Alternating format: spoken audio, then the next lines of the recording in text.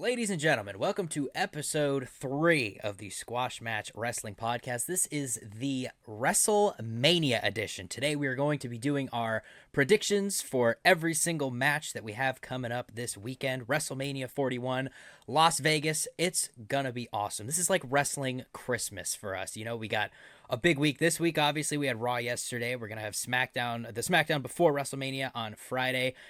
2 straight days, and then Raw again. I guess it's 4 straight days of wrestling. But before we get into our predictions, I gotta ask, Jet Li, how you doing? I'm doing good, man. I actually just can't believe that WrestleMania is literally this weekend. I know it's like we're already here, and Easter too. I feel like it's a little bit late this year, right? They usually do it earlier on in April, but now we're, I don't know, April 20th. I just feel like time is going so fast that it's tough to comprehend now. Yeah, it's like the Royal Rumble was like yesterday, along with my birthday. My birthday was on the Royal Rumble this year, so it was like, I don't know. Time's flying, man. Time is hmm flying. Um, we're about ready to get into our first topic of the day. Before we get to our predictions for the show, I just got a couple of quick questions we're going to ask here. Number one, in celebration of WrestleMania, what are some of your favorite WrestleMania matches of all time? That is tough because there's been like so many bangers, especially like recently. Oh, yeah.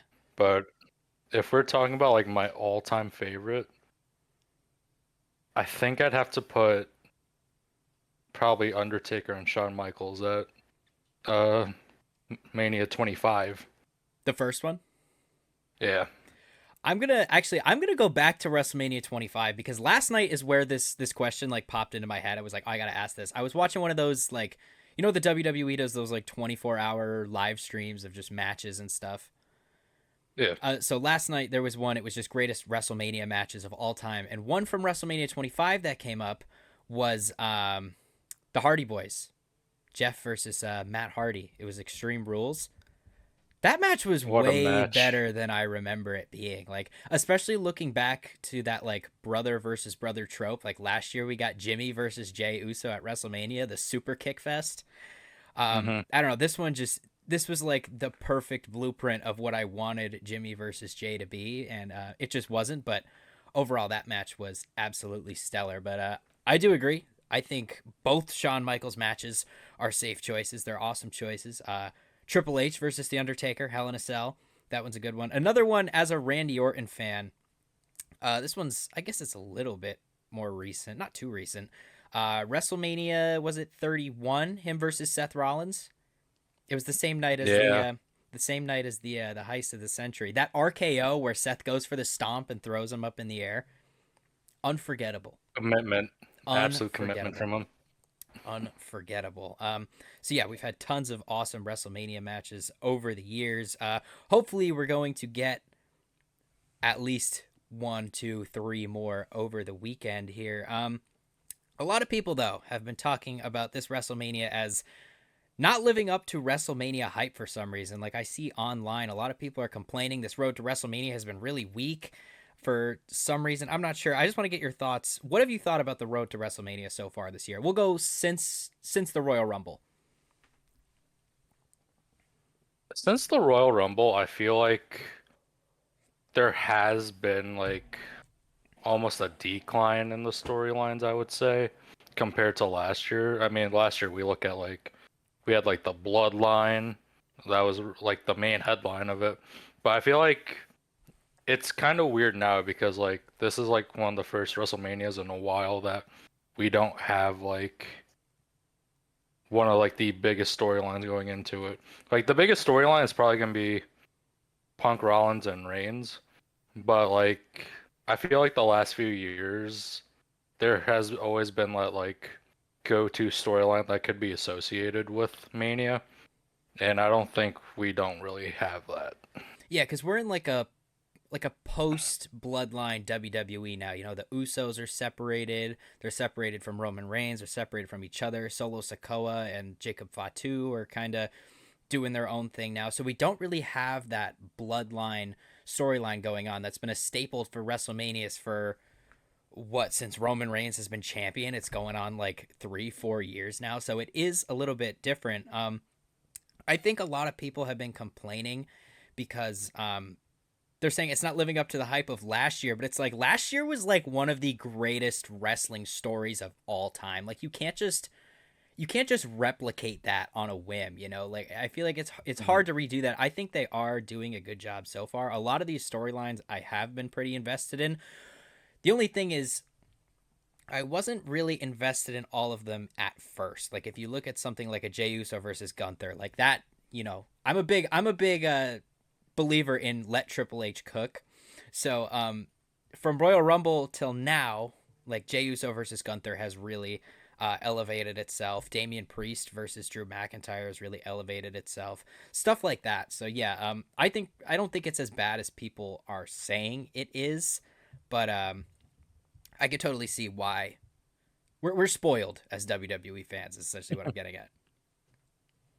Yeah, I will say I feel like the expectation was higher compared to last year because I feel like when we look at last year's WrestleMania, it was pretty much a build up from WrestleMania 39. Like a lot of the story started right after that WrestleMania going into Mania 40. Yeah, And I feel like we didn't really get that.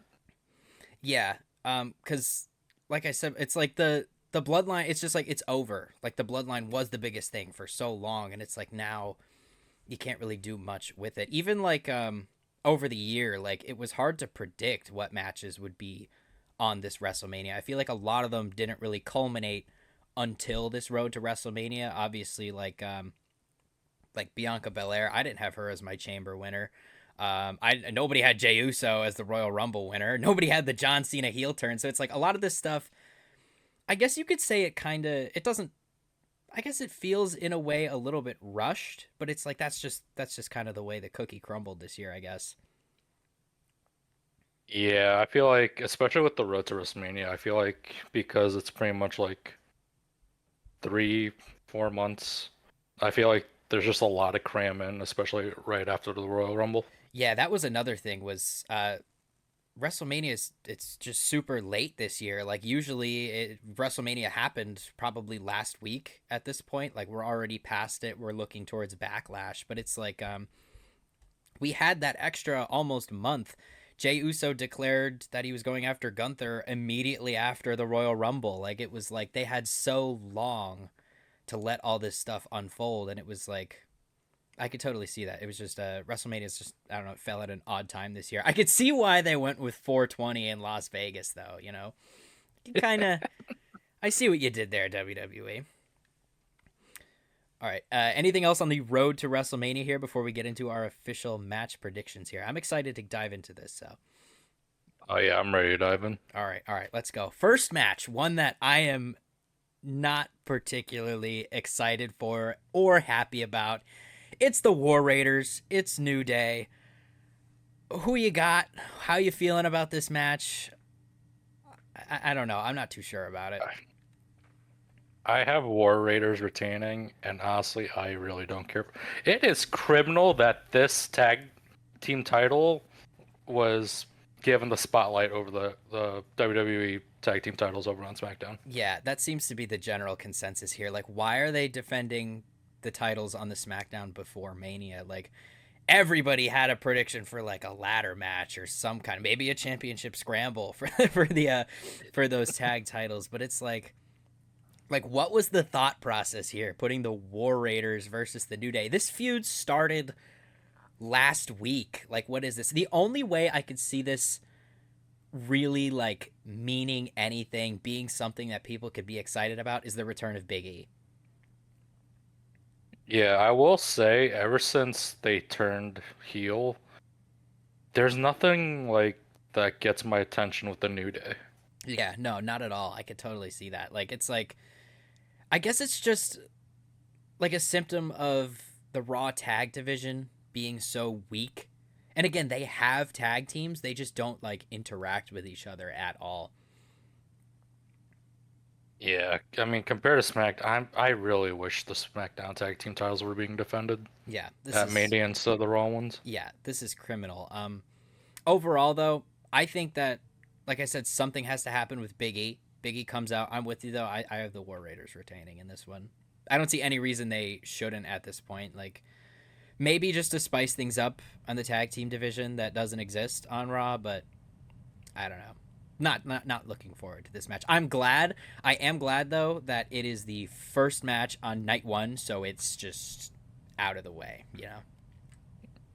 Yeah, honestly, this is like one of those matches where I could like see like a celebrity interference. Yeah. You know how we had like Jason Kelsey and Lane Johnson last year? Hmm. I feel like we could see one of those. Yeah, like maybe Tony Hinchcliffe, like when he was on Raw last week during that match, like it made the match feel like it was just a promotion for the Tony Hinchcliffe show. Which, first of all, I don't like Tony Hinchcliffe at all. I think he's cringe and stupid, and he's not funny.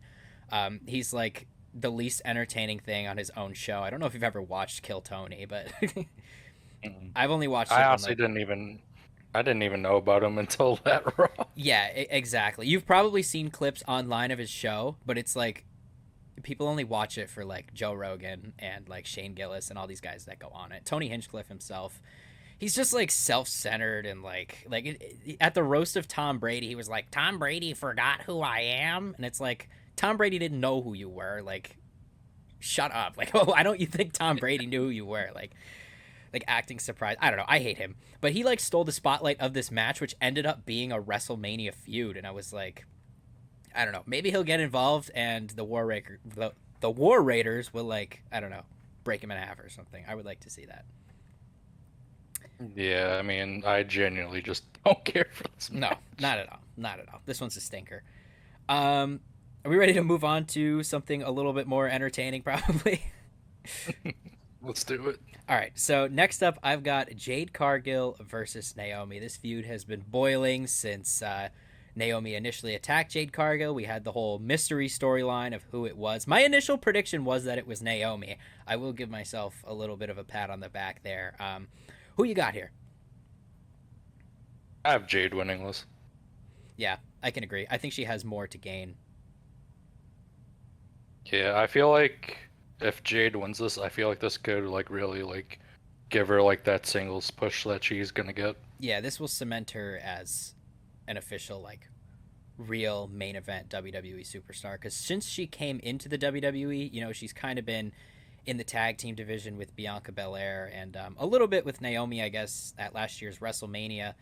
Um, but yeah, this will be the start of her big time singles push, I think. And I don't think Naomi, with this new character, will suffer all that much from a loss here just because her character is so new and it's so interesting that no matter if she wins or loses, I think people are going to want to see it regardless.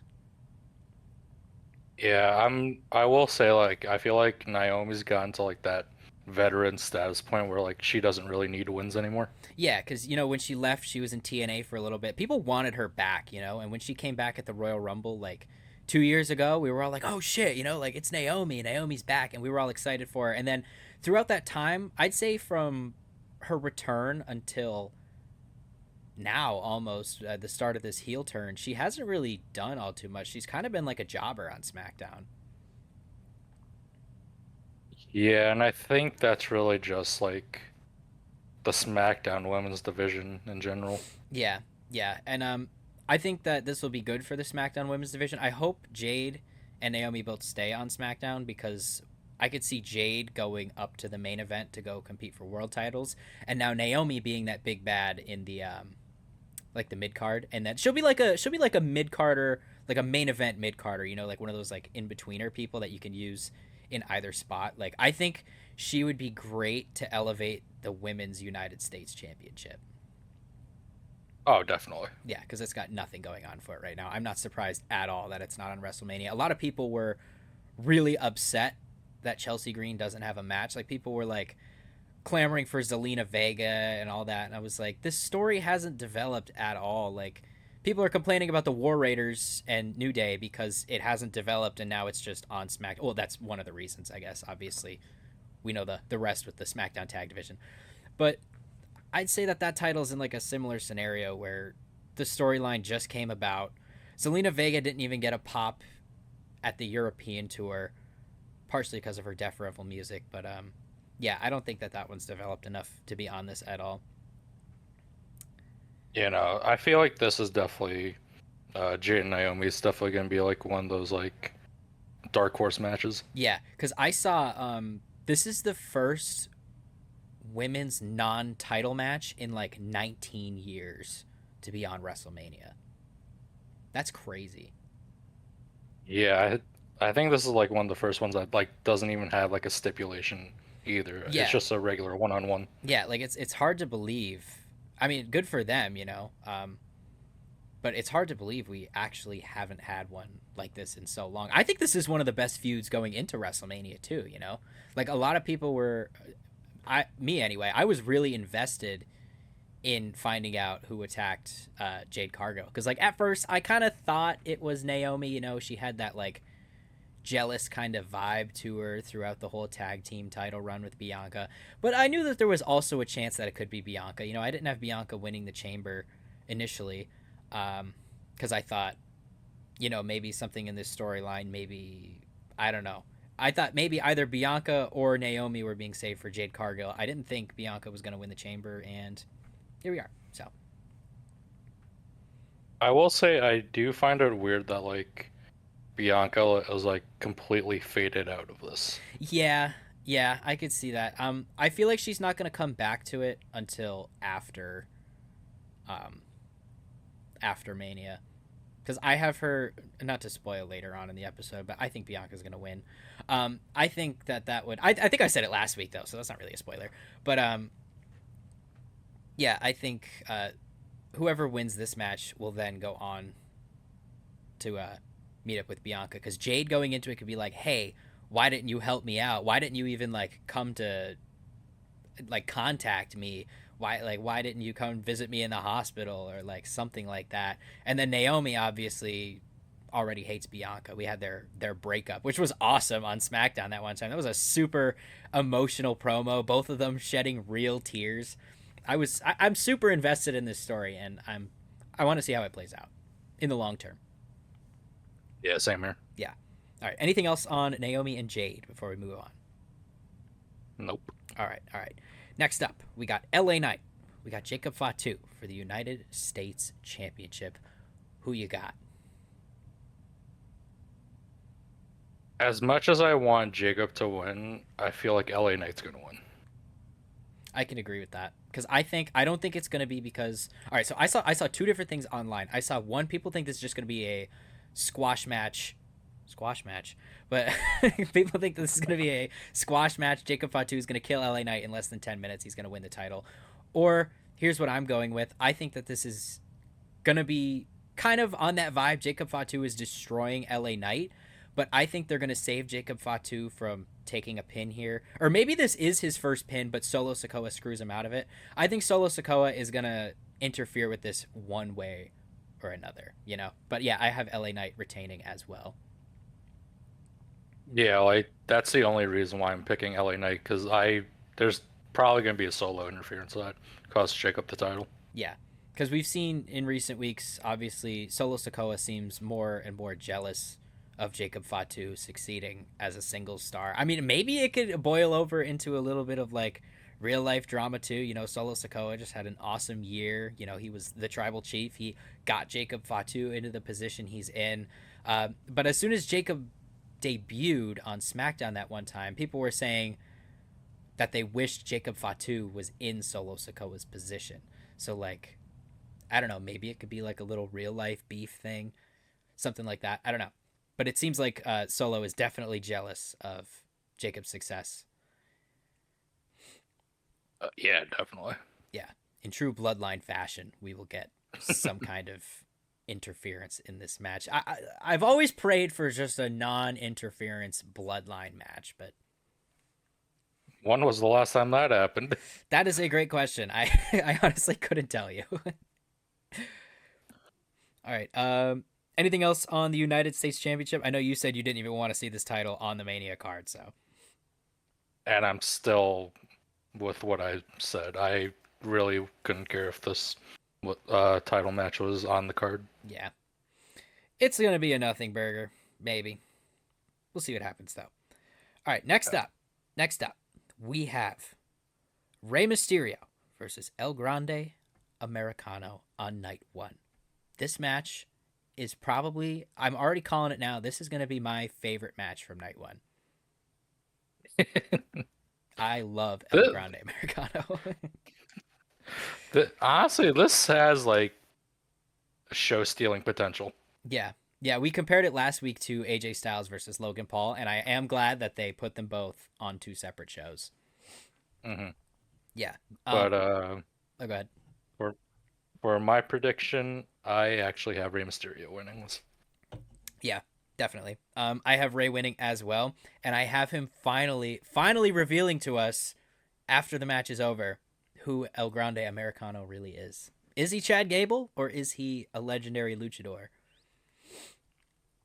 See, I'm surprised that they didn't like put like some type of like stipulation, like a mask versus mask match. Yeah, I feel like the only reason they didn't is because if it were a mask versus mask match, we would already know the outcome. That's true. Yeah, so But like I was reading reports that like I think Ray wants Dom to unmask him. really, That's what I read like a few months ago. I didn't see that actually. I'll have to look into that. I'm wondering how they could do that because as of right now, Dominic Mysterio still hates his father. He sells it so well too. Like even like in like podcasts, interviews where he's not acting like, Dominic Mysterio on TV. He's just chilling. He's just himself. But every time somebody brings up Rey Mysterio, he's like, "Oh yeah, he's a deadbeat. Fuck that guy. I hate him." He sells it so well. It, I mean, Dom's been in the business for so long that like he just knows what will get heat and like how to get reaction. Yeah. I could see actually if it was a mask versus mask match, Dom comes out and unmasks Ray. I talk about the biggest heel move of all time. Yeah. Dirty Dom. Dirty Dom. I got my Dirty Dom stash on for WrestleMania too. I'm still convinced he's Eddie's son. Yeah. He looks like him. He's tall, he's got the mullet, he's got the mustache. He's That's got the what he's like got the I've seen girls. like I've seen like side by side photos of him on Twitter. It is scary like how identical he looks to Eddie. Yeah, it really is. I've seen stuff like that too. And he still says it too. Like he says it like Eddie's my real father. He might be. Hmm. I wouldn't doubt it. We need to get some DNA testing going on here. I mean, we still don't know if Chad Gable's El Grande Americano, so Yeah, that's true. We have no idea. Maybe we're yet to see them in the same room together. But mm-mm. at the same time, here's the thing. On Monday Night Raw last week, Chad Gable was he was kicked out of ringside. He was not allowed out there, and then El Grande came out. So like, Chad is a respectful man. I'm sure he would respect the referee's wishes and he would stay in the back. El Grande Americano, on the other hand, was not he was not kicked out of ringside. So, he has every right to come out. I guess we'll find out on Saturday though. Oh, definitely. All right. Anything else on Ray and El Grande here? Nope. All right. Next up, I'm not exactly sure if these are in the correct order in my little picture here. I don't think they are because next up I have Tiffany Stratton versus Charlotte Flair. I know the match card is correct, but I don't know what order everything will be in. I hope it's in the correct order. But yeah, I have Tiffany Stratton and Charlotte Flair coming up. I know we talked a little bit about this. I think on the past two episodes, actually, this feud has come up, and our predictions may or may not have changed in those weeks. Who do you have here? I still stand by Charlotte winning, unfortunately. Yeah, um, I think I'm gonna have to agree with you because I feel like that decision was made before the shitty promo we had last week. Like Mhm. if it was like a day of kind of thing, maybe you could say, oh, Tiffany recovered. Maybe we can get away with having her retain here. But I can't see them changing the plan on Charlotte Flair. I'm gonna stick with that. I think Charlotte Flair has. I think Charlotte Flair is gonna retain here. In terms of this storyline as a whole, what have you thought about the build up to this match now that everything is pretty much all said and done? I mean, we still have SmackDown on Friday. Obviously, this is a SmackDown feud, but up to this point, what have you thought about the feud? This feud deserved a much better build up than what it should be right now. Yeah, I can agree. I think it just comes down to like the chemistry. You know, Charlotte Flair wanted to. I read some reports and stuff that Charlotte Flair was trying to pull a John Cena. She was going after a rookie, like what John Cena did to Austin Theory back when he, I think WrestleMania 39 for the U.S. title. But she wanted to embarrass her. She wanted to make her look like a rookie, and it's kind of just blown up in her face. I think just from the get go, they haven't had great chemistry, and it's really showing. Yeah, and I also just don't love the fact that like it's the same thing like the past few weeks where it's just Charlotte attacking Tiffany from behind. Yeah, because there was a lot of stuff saying that Tiffany Stratton is a much better heel than she is a babyface, and I mean we've seen that from NXT and stuff like that. Even her initial run with Nia Jax, like I think she was doing a better job character wise uh, than she is now. But where was I going with that? I'm trying to think. Hold on, I lost my train of thought. Um, I think that if she beats Charlotte here, now that Charlotte Flair is like even more hateable than she was before, I think this could really get her over more as a babyface if she loses, because now she can chase the championship from the bitchy Charlotte that beat her. If that makes any sense. I Yeah. know I lost my train of thought in the middle of that, so I don't know if the tracks connected the way I wanted them to. But what I'm trying to say is Charlotte's gonna win. Tiffany Stratton is gonna benefit from losing here. I mean it should be that way, but like it's make the storyline and the build up is just making it impossible to like make Tiffany like have her be like believable that she could retain. Yeah, yeah.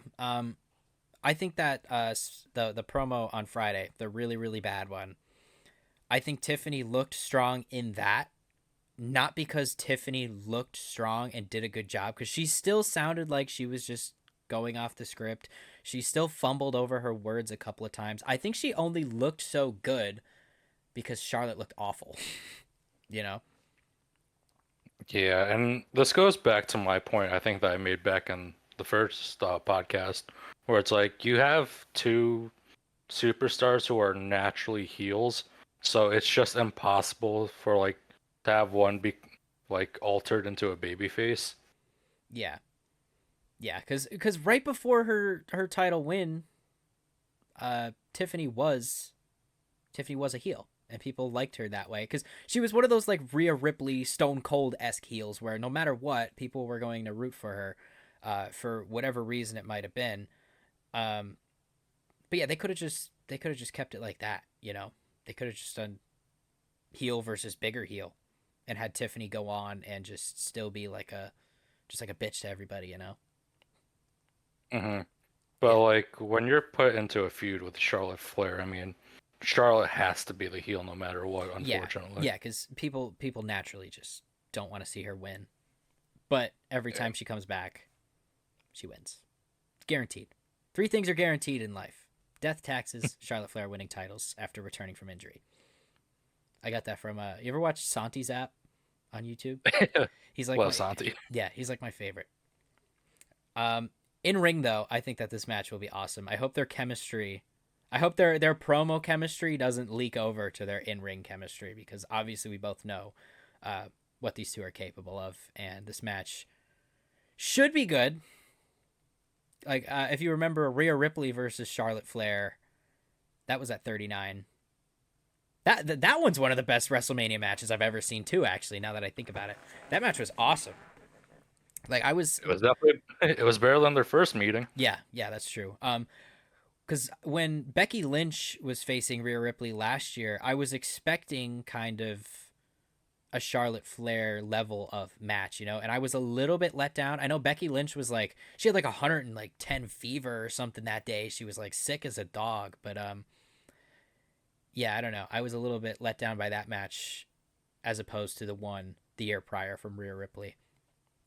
Yeah. Yeah. All right. Anything else on Tiffy Time and Charlotte Flair? the middle school feud we got going on here. Nope. All right. Moving on. We have 2 matches left for Saturday. Jey Uso versus Gunther is up next. Not main eventing, but still, I think now could have been main event caliber had we not had CM Punk, Seth Rollins, and Roman Reigns. Obviously, the three of the biggest names in pro wrestling right now. I know you said last week who you thought would win. I said who I thought would win. Has anything changed since then, and what are your predictions for this match?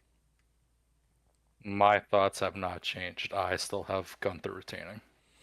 Why exactly? I want to know. What is your reasoning for why you think Gunther will win? So my thing is, and I think I said this last week, we're so used to WWE having like long, like reigning champions, and I feel like Gunther has always been like that perfect mold where I feel like it's just weird to like cut off his world heavyweight title reign, especially since he just won it at SummerSlam. Yeah, especially because he's faced Jey Uso like 3 or 4 times already at this point for the world title. He's won obviously all of them. Yeah. Yeah.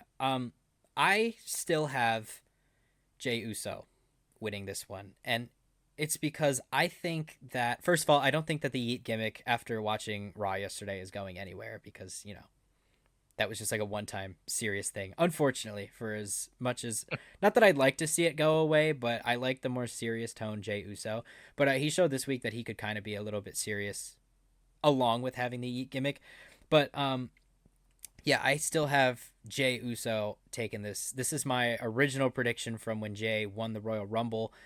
When this feud was still young and not as good as people wanted it to be, I was defending Jey, okay, because he gets a lot of hate online. Like people, he can't wrestle. He's got 4 moves. Blah blah blah. Jey Uso sucks. But it's like, yeah, he's like the top merchandise seller. He walks into arenas. He's electric. The crowd loves him. It doesn't matter what people on Twitter say about him. Jey Uso is like, he's huge. So I think that if Jey loses this, all of that goes away. He is no longer main event Jey Uso. Not that he's main eventing WrestleMania or anything. I wish he would, so he would be main event Jey Uso. But I don't think he can afford to lose this match, and I don't think WWE can afford to let him lose this match. I think Gunther will be fine going forward because the promos that we had on Raw this week, it was like Gunther came out, he was all angry at Jey. He was saying like, "Oh, what I did to Jimmy, I was holding back. I'm not going to hold back now."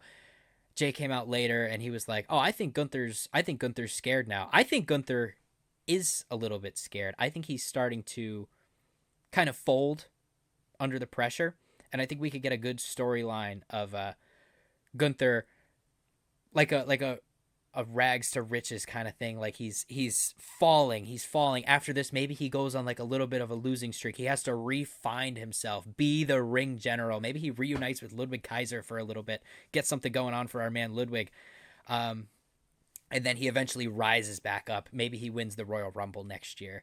But yeah, I got Jey winning this one.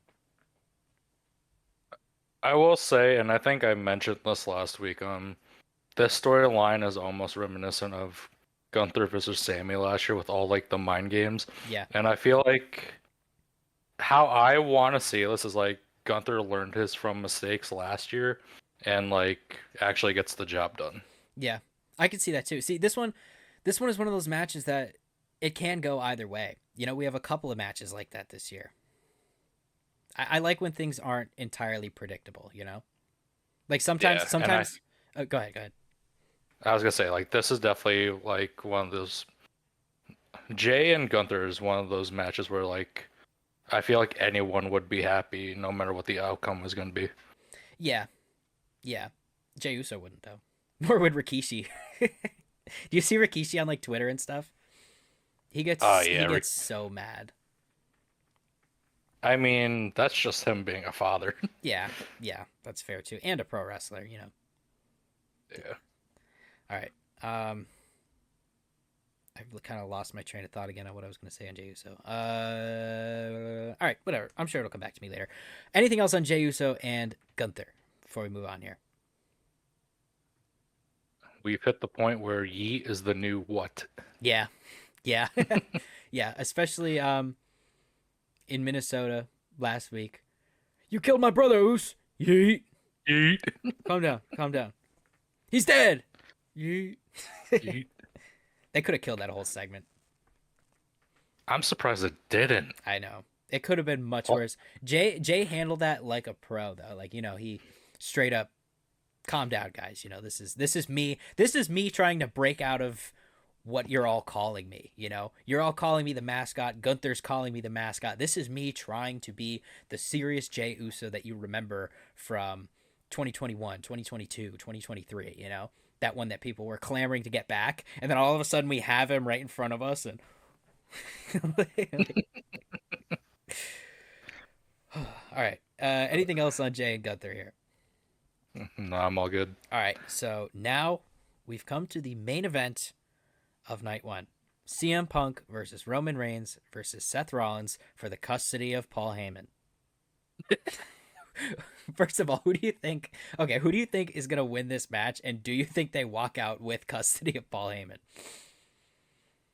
I mean, if this is a custody match, it has to be a ladder match. But Yeah, we'll Dom just could tell you. hang him from his like wedgie or something over the ring. Shark cage. Yeah, But yeah, my mind hasn't changed from I think when we last talked about this. I have Seth winning this. I also have Seth Rollins winning this. I think he benefits the most from a win. What do you have? What reason do you have for Seth Rollins being your favorite in this one? Seth has been like such like a workhorse like the past few years now, and I feel like he's been so deserving of a big time like WrestleMania win, because his last WrestleMania win I think was 39 against Logan Paul. Yeah, yeah. I guess Like he's he didn't. He didn't. I was gonna say the tag team match on night one last year, but he didn't win that either. Never mind. he swung out. Yeah. I couldn't agree more though. I think Seth Rollins is entirely deserving of a big win here. Since CM Punk has come back, I haven't been the biggest CM Punk fan. Obviously, I went crazy when he came back. I liked all of his promos and everything that he does, but I couldn't help but root against him in almost like every feud he's been in so far. Like especially Drew McIntyre. I hated that he screwed over Drew McIntyre every single like month or whatever. I hated that he beat Drew in the Hell in a Cell. I wanted to see Drew win, but I still don't want to see CM Punk win this match. I think having Seth win is definitely best for business, as he said in his promo on Raw last night. Because he was like, hey, the company won't benefit from another Roman Reigns. It won't benefit from another CM Punk who's gonna leave and come back in 10 years, stuff like that. He's like, the business will benefit from someone like me, someone who's here every single night, wins championships, performs in front of fans, stuff like that. And yeah, I've always been a big Seth Rollins guy too, so I really want to see Seth win here. Yeah, I mean Seth, clear cut favorite in my eyes. I feel like Roman, if Roman's not on WrestleMania Sunday, I don't think he's gonna win. Yeah, Um, Punk, I don't has Punk lost a match since he's returned, he excluding the Royal Rumble? he lost. Well, I guess technically Elimination Chamber, but he lost one match to Drew McIntyre. It was the strap match, I believe. He hasn't been pinned though. Hmm. Like he lost the touch the four corners thing match. I think that was the one he lost. Yeah, he lost Elimination Chamber via submission, didn't even tap out. He's being made to look almost invincible, like almost Roman Reigns level, Cody Rhodes level, somebody like that. So and I just not a CM Punk guy. Just not. I like him. I do. I think he's really good on the mic. I think he's really funny, but I don't want to see him win. I never do. and I probably never will. What do you think My happens? big, Oh, go ahead. Go oh, ahead first. We'll get into my thing later. my biggest thing is who's gonna eat the pin. Yeah, that's what I was thinking. I hope it's CM Punk. I hope to God it is CM Punk. Because either way, if Seth Rollins is the one winning this match, it's big if he beats CM Punk. It's big if he pins Roman Reigns. But the question is, who is it bigger for him to pin?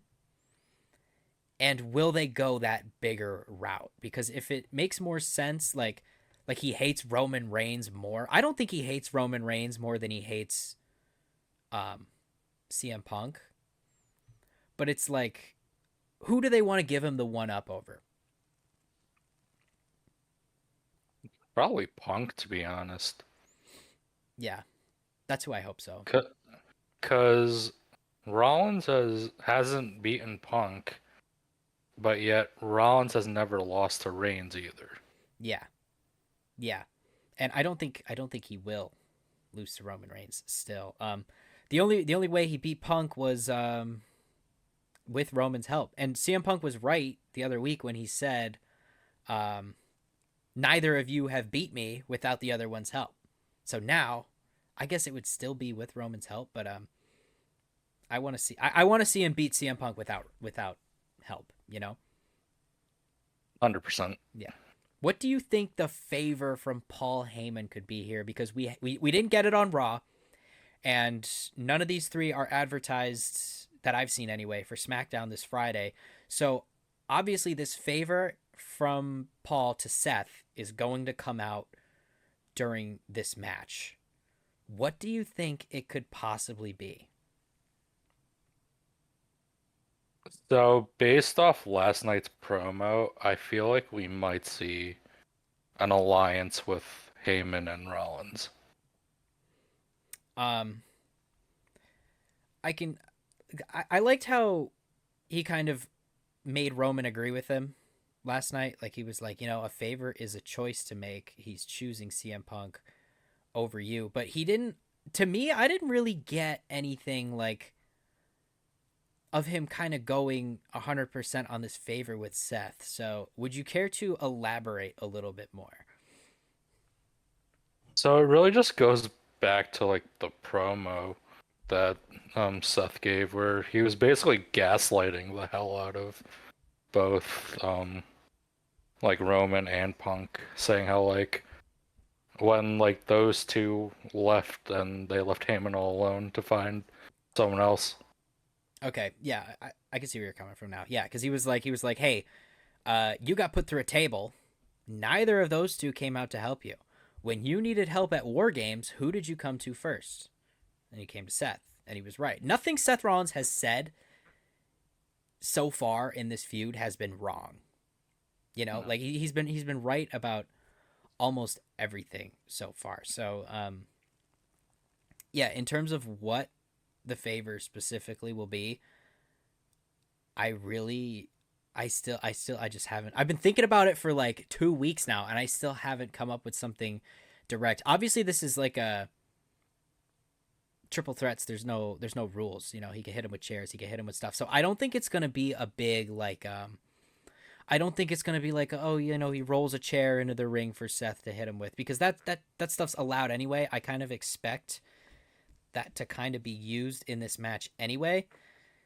So I really don't know. I want to give a hot take because it would make a great TikTok or an Instagram reel, but I have nothing right now. I really don't. I'm excited to see, but I'm completely stumped on it. Hmm. All right. Anything else on night one's main event here before we move on to night two? I will say, this is kind of like off topic, but kind of not.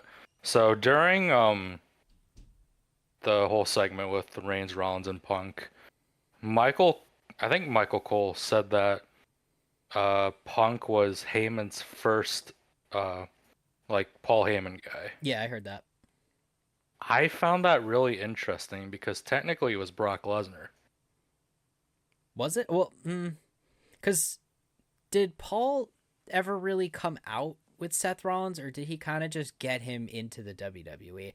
I don't know. I don't think I go that far back into the archives, like in terms of, I don't even know if I was alive when CM Punk was a Paul Heyman guy, you know? So my experience as a fan from when I was like 10 years old, like I think the first WrestleMania I ever like followed and watched the whole thing through was WrestleMania 30, where Brock beat the streak. So when I think Paul Heyman, I think Brock Lesnar, you know?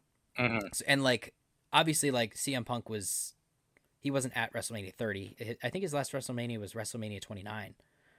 Um, but like I never really associated Paul, like back then I didn't really know that CM Punk was a Paul Heyman guy. But did he ever really like come out to the ring with him and stuff like that? Yeah, when Punk was a WWE champion, he was a Paul Heyman guy. I only bring that up because I feel like we've hit the like phase where like WWE might be phasing out Brock Lesnar now. Yeah, yeah. I feel like they've kind of, because there was this weird like period of time where all that stuff with the Vince McMahon trial and the former world heavyweight UFC fighter who was clearly Brock Lesnar but wasn't named as Brock Lesnar, um, was also being phased out. He like they took him off the website, they took him out of the video game, but then they put him back on the website and they put him in the video game as you can fight against him in the story mode, but you can't play as Brock Lesnar for some reason. Um, and now it seems like they're going back to that, like phasing Brock out of everything. Yeah, it seems a little strange, especially. Actually, I wouldn't say it's strange because Brock Lesnar has a connection with all three of them. Yeah, yeah, he's obviously had matches with all three of them and stuff. The Paul Heyman connection too. Um, but yeah, any kind of retcon, which is what I think you're getting at with this. Like they're trying to retcon it. Hmm. Um, any kind of retcon like that would feel strange because obviously, I think we talked about this last week too. Audiences aren't stupid. We know when things are going on. Like we can kind of see what's happening, but I understand why they would have to do it and why they wouldn't want to associate with Brock Lesnar anymore. Yeah, no. I just thought it was something like when I first heard it, I'm like, huh.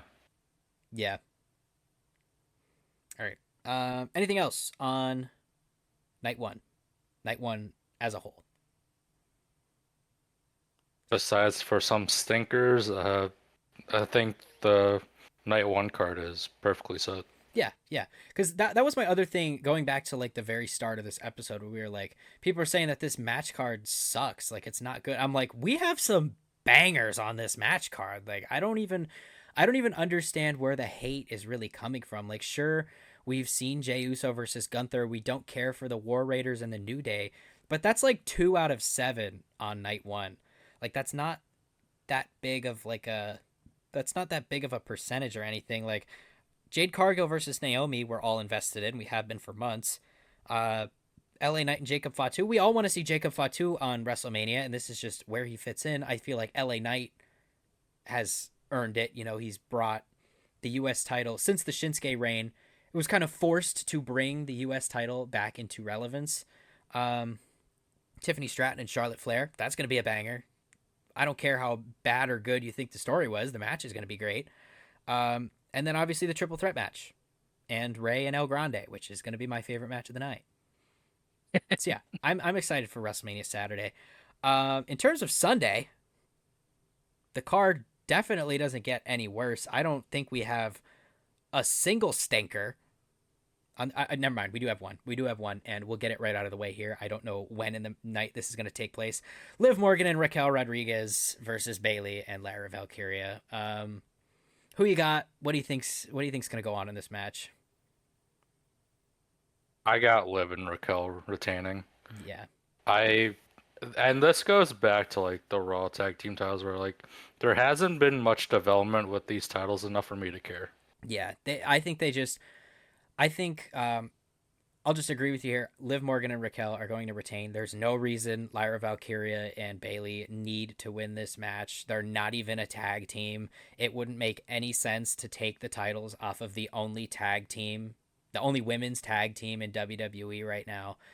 Um, I think these titles just have to go back down to NXT. I really do, because WrestleMania aside, I wouldn't want to see these titles defended on Raw or SmackDown. Like I don't care. They just seem like a waste of time in a division that doesn't exist, you know? And on NXT it does exist. So why not just send them back down there? You could elevate. I'm not sure who the women's tag teams are right now on NXT off the top of my head, but why not elevate one of those teams by beating Liv Morgan and Raquel Rodriguez? Those are two big names. They're the most winningest women's champions, winningest women's tag team champions in WWE history. So why not elevate a team like that? You know? Yeah, I look at this match as like trying to get Liv Morgan on the card, but also one of the women's mid card titles on the card. I feel like they were trying to like kill two birds with one stone. Yeah, but they could have done that with Lyra versus Liv for the Intercontinental Championship. And the only reason I think they didn't do that was because they don't want to take the title off of Lyra just yet, and they don't want Liv to eat a pin, which is pretty much what it comes down to. And now, because you can't choose between one or the other, we're stuck with a stinker. Well, That's didn't Liv just eat a pin last night? Yeah, that I also was not a fan of at all. I hated that. My Monday Night Raw review, like my video review, just came out on YouTube earlier today. I said in there, I was like, why did Bailey win this? There was no reason. Like, I get it. Okay, Lyra and she pulled a Judgment Day. She did some shenanigans to help Bailey get the win. She like did that little assist thing. She saved her from Liv Morgan's finisher. But like, why? Why did Lyra do that? I gotta know. It just doesn't make sense to me. Because especially like Liv Morgan, whether it's the tag team championships that nobody cares about or the women's world championship, she's still a champion, like treat her like a champion. Bailey hasn't been a champion since SummerSlam. Yeah. Yeah, I wasn't a fan of that at all. It didn't make sense to me. I do think though that during this match and during that match last night, I feel like Lyra screwing over Liv in a way could get us a feud finally between Liv Morgan and Lyra for the IC title. I just wish it was on WrestleMania. Let's hope. But I could also see it like Liv gets her get back and like pins Bailey, and like Bailey then blames Lyra and then causes Bailey to heel turn. Yeah, and then maybe another feud between Bailey and Lyra, because Yeah. that match was really good on Raw last week. I think we talked about it, but I really like that match. I thought that match could have just been on WrestleMania. They could have just done Lyra, Valkyria, and Bailey. Why have it on Raw 2 weeks before the show? But yeah, what I think is going to happen is kind of similar to that, but I think that Liv now is going to pin Lyra to get the win, and then that's going to set up the IC Championship feud. Because right now, I can't really see Bailey turning heel. I know she had that little kind of showing of it after the match on Monday, where she kind of pushed Lyra away, and then inevitably, raised her hand, and they were all friends after it. I could kind of see where you're coming from, thinking that Bailey's gonna turn heel again, but I feel like she just returned babyface at last year's Royal Rumble. Like I guess she's had like a year long face run at this point, but like I don't think Bailey needs something new, something interesting to spice her up. I think she could just be in the women's mid card. If anything, she should just go back to SmackDown. I don't know why she even moved. Yeah, I feel like no matter what, Liv has to get the pin. Oh yeah, yeah, definitely. Because Raquel hasn't pinned anybody in like I don't know how long. I guess what was that? There was like a tournament it was a tournament to qualify for the IC title. I think she probably got a pin in one of those matches, but again, I don't know. I don't really remember any of that off the top of my head. But in terms of Liv Morgan or Raquel getting the pin, yeah, I think it's going to be Liv. I mean, this match does have potential to be really good. Oh It's yeah, just I don't doubt in ring it'll be great. Storyline wise though, I don't care for it. yeah, It just feels forced and like yeah. last minute. I don't know. Anything else on Liv and Raquel versus Bailey and Lyra before we move on here? I will say we could probably see some Dominic interference too. Yeah, yeah, especially because both of their matches are on the same night, so it's like, he'll kind of be there. He's getting ready to go. All right, Yeah. all right. Next up, speaking of Dominic, we will move right into that. Braun Breaker, Penta, Finn Balor, Dominic Mysterio for the Intercontinental Championship. This feud building up on Raw so far, I think they've made a strong case for pretty much everybody to win this match. Braun Breaker obviously coming out. He did that crazy front flip spear to Carlito last week. This week he attempted to spear Carlito again. Did you see Carlito just look at him and turn and run? I need like a screenshot of that photo and just like plaster it somewhere. Yeah. I saw on Twitter it was like a blurry one of him turning around and like running as Braun Breaker's like coming at him. That was so funny. And then he gets speared anyway, the double spear. But I think building up to this match so far, everybody has kind of had their chance to shine, like everybody but Dominic, I think, has had like a dominant holding the title up, like I'm gonna win at WrestleMania kind of thing. In terms of who you think is gonna win and what's gonna happen afterward with the IC title, who do you got here? I think I've made my point like a couple times already, especially like going back to the previous podcast, but my opinion hasn't changed. I think Braun's gonna retain. What do you think? What do you think they'll do with the IC title after Braun wins? Like, what do you think is next up for him?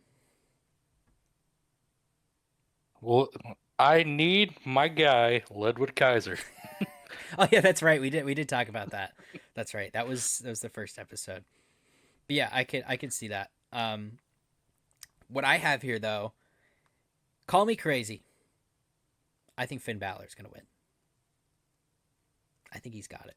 I think he's been pinned in far too many matches for far too long. I think they have a good story going right out of it with Dominic Mysterio. I think Dom eats the pin on Finn Balor. Finn Balor wins at WrestleMania, and they go right into a feud with Dominic Mysterio. Finn Balor breaks away from the Judgment Day, and this is where we finally get that Finn Balor singles run that people have been looking forward to for so long now. Because I think I said this. I think I said this a week or two ago. Finn Balor has only won 2 singles matches since like 2023 or something, which is a disgusting stat, and it's like awful for Finn Balor. But he just got the pin on Penta. We saw, I think it was that, was it that same week? Or maybe it was the week earlier. Um, he paraded around the ring with the IC title at the end of the show. I think all signs right now are pointing to Finn Balor. Yeah, I will say like if Braun wasn't my first choice, Finn would have been my next choice. Yeah. I think he earned it. I don't know if he necessarily deserves it because of the record wise. Like if this was a real sport, like it's like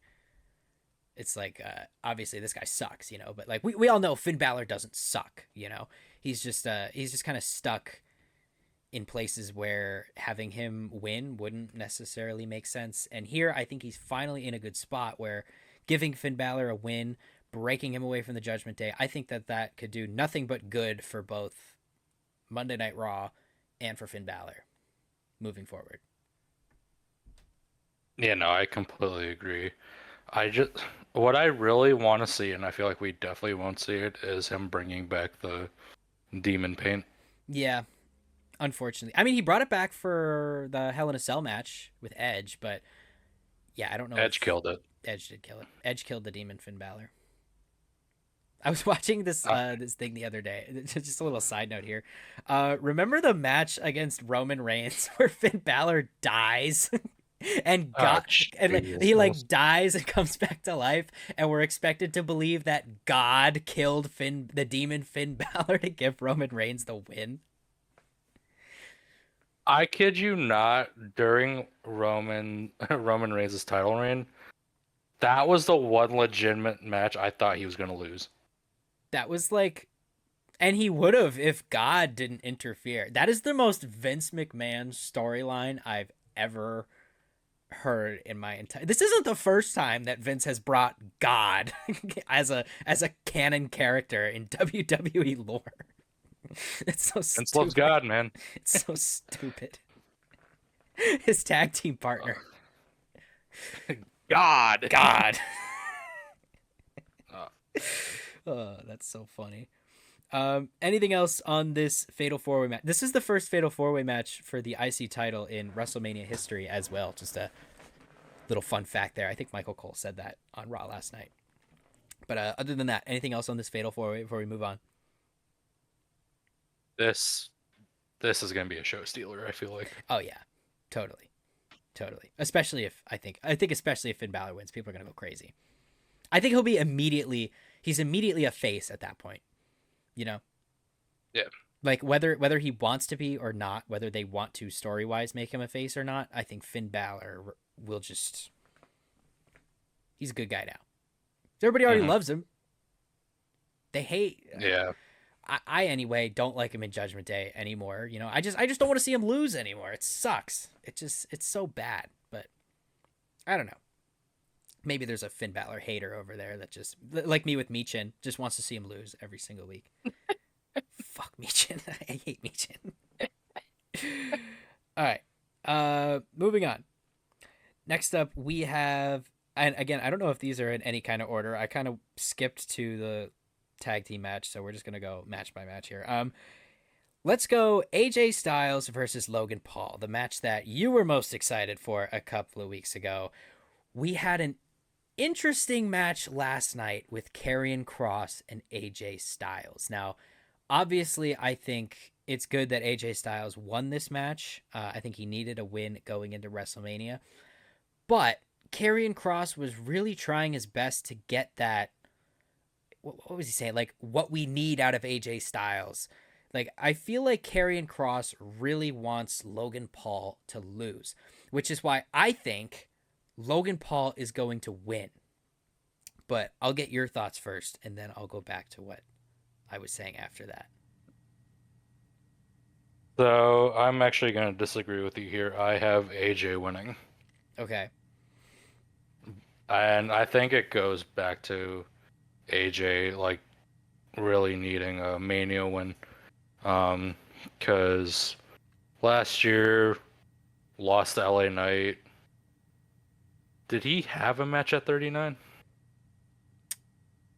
I don't recall off the top of my head. I'm about to look this up. You look it up, and I will explain why I think Logan Paul is going to win. While you do that, so Logan Paul, or I think that they're setting through this match, they are setting Karrion Kross up for like the biggest push of his career right now because Karrion Kross hasn't had a singles match on Monday Night Raw up until last night. It was July of 2024. So like last week when we were saying we don't remember the last time Karrion Kross competed on Raw, that's why. But I think that they are setting Karrion Kross up with this. Did you see the Twitter video afterward? It was after Raw. It was backstage. It was like Karrion Kross saying he was like, AJ, like we need you to win. Like I don't really care that I lost right now. I'm gonna go home and sleep naked next to my hot girlfriend after this. But he said that, by the way. That isn't just me saying that. But I think they're setting Karrion Kross up for a feud with Logan Paul. Because like I could see that. that whole promo was like, you know, AJ, like you got to bring it. you got to save us. He referenced like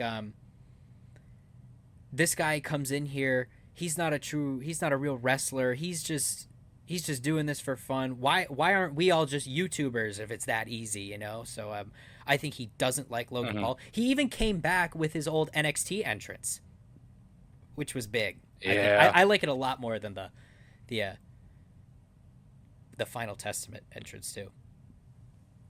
But yeah, I think I'm annoyed that that got shown during a commercial break. I am too. I saw it on Twitter afterward.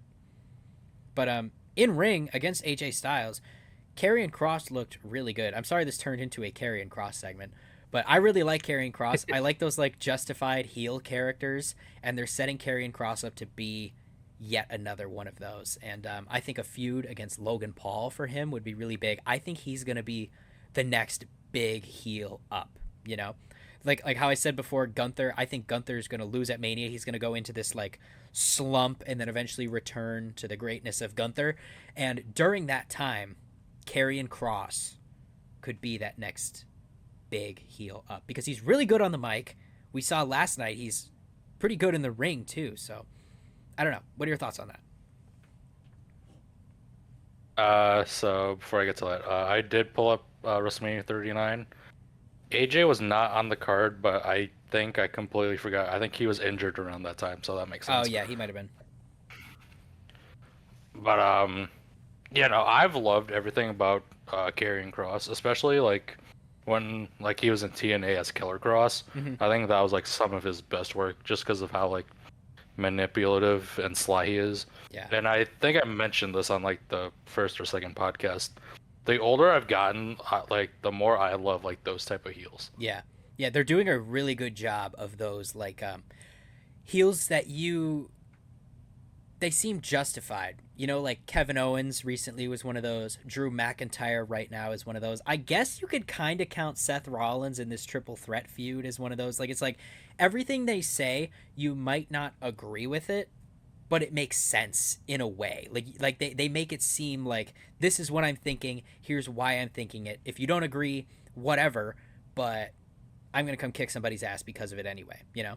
And I think Karrion Cross is that next big guy up. You know, I feel like these guys in the Triple H era, people could just come from out of nowhere. Bronson Reed, for example, last year when he came out and just started decimating Seth Rollins, I was like, where is this coming from? Like Bronson Reed to me before that was just like, you know, that big guy that puts on matches at shows in the middle of the show just because, you know, he's a big guy and the audiences want to see big guy versus big guy smashing meat together and causing chaos. But like after that, I was like, this is a cool character, you know. So like these people just they just come out of nowhere in this Triple H era, and Karrion Cross to me is that next guy up. I will say that that Intercontinental title might look good on him. I think it definitely would. Especially, I like him more. Did you hear the thing where he went to AJ Styles's stylist and got the pants made by the same guy to make him Hmm. look like he does that thing where he does his hair like the like he'll do his facial hair and he does his hair like the person he's trying to manipulate to make him seem like more trustworthy. Now he's wearing the same gear. I liked him better in the pants than I did the trunks. I'm not even gonna lie, but yeah, big carrying cross guy over here. 100%. I'm gonna And I clip this. think, oh, Oh, I was gonna say I'm gonna clip this. I'm gonna post it somewhere, and 2 years from now, when he's world heavyweight champion, we're gonna look back on this. Anyway, go ahead. you know, Carrion deserves like the run of his life because I feel like he's been like the backbone of so many storylines. As like it doesn't look like it, but Karrion Cross has played a crucial role in a lot of like storylines when he returned. Yeah, look at New Day right now, because originally that was like his thing. You know, he was getting Xavier Woods to turn on Kofi Kingston to be like, hey, you know, you're so much better than this dude. You could be doing better. Join AOP or whatever. But eventually that heel turn came because of Karrion Cross and Sami Zayn. That match with Kevin Owens, that he had something to do with that. I don't know if that ever really came to life in the way it was meant to, but he was certainly a part of that, trying to manipulate Sami Zayn. He did the same thing with the hair and he had Sami Zayn's hair and his beard and stuff like that. And now with AJ Styles, he's trying. Did you notice when AJ went for the phenomenal forearm, he put his hands behind his back and just like let him do it because he was like Yeah, he was trying to get that like brutalist AJ Styles out of him. I thought that was really cool. yeah, I noticed. That was honestly like the first thing I noticed. Of like, why does Karrion have his hands behind him? Yeah, he just like let him do it. That was awesome. He knows what he's doing. Hmm. I like him. All right. Anything else on AJ Styles and Logan Paul? I know we just talked Karrion Cross for that entire segment, but whatever. Again, I said this what last week, 2 weeks already. I think this is going to be a match of the weekend. Oh, certainly, certainly, I could definitely see this stealing the show entirely. Do you think Karrion Cross will not to go back to Karrion Cross, but do you think Karrion Cross will come out during this match and do anything? Because it is WrestleMania is in Las Vegas. That's his hometown, so whether he's on the card or not, he'll be there. I don't think so. I feel like Karrion might like cut like some sort of promo, but Yeah, I don't think he's gonna interfere in this match because like a lot of like the Karrion stuff he's been involved in, he doesn't interfere in them. yeah. He doesn't really do. He doesn't do much. He just kind of talks before and after matches, like that manipulator role kind of thing. Now that's what I call a visionary, Seth Rollins. That is a visionary. All right. Anything else on AJ and Logan before we move on here? Nope. All right. Let's go into a match that I think also has potential to be one of the matches of the weekend. That being a Sin City street fight between Damian Priest and Drew McIntyre. Now, I know we've talked this one a couple of weeks in a row at this point here, but what are your thoughts for this match, and who do you think's going to win? I am so glad that they put a stipulation on this Oh, match, yeah. and I'm more happy that it's a street fight. Yeah. That being said, because it's a Sin City street fight, I have Drew McIntyre winning. Oh, I do too. I think Drew needs to win this match. He needs a big win, especially after that run that he's had all year long with CM Punk. Like I said, I hated watching Drew lose everything all year long, and the fact that he's not in a title match is bad enough, but he's got to win, a loss to Damian Priest would just make this so much worse, like I don't know I don't know if it would necessarily bury Damian Priest or not, but at the same time, I don't really care because I want to see Drew McIntyre. I want to see Drew McIntyre up there. I think I said this last week at the Elimination Chamber promo. Damian Priest stood out as that guy who can't hang with the main eventers yet to me. Maybe another United States Championship run is in the cards for him. Maybe he goes back to Raw, goes for the IC title. I wish we could put these people in like the women's, the women's mid card things because, like, that's where I think they fit in. But at the same time, there's so much going on in the SmackDown mid card. I don't know though. What do you think would happen to Damian Priest after he loses? I think Priest is going to be fine because like leading up to Mania, like prior to this feud with Drew McIntyre, I feel like he's been one of the most protected superstars right next to Cody Rhodes. Oh Like it's yeah, actually insane like how protected he's been. yeah. He hasn't lost like almost anything other than the Elimination Chamber and the Royal Rumble. I can't remember the last time he was like actually pinned.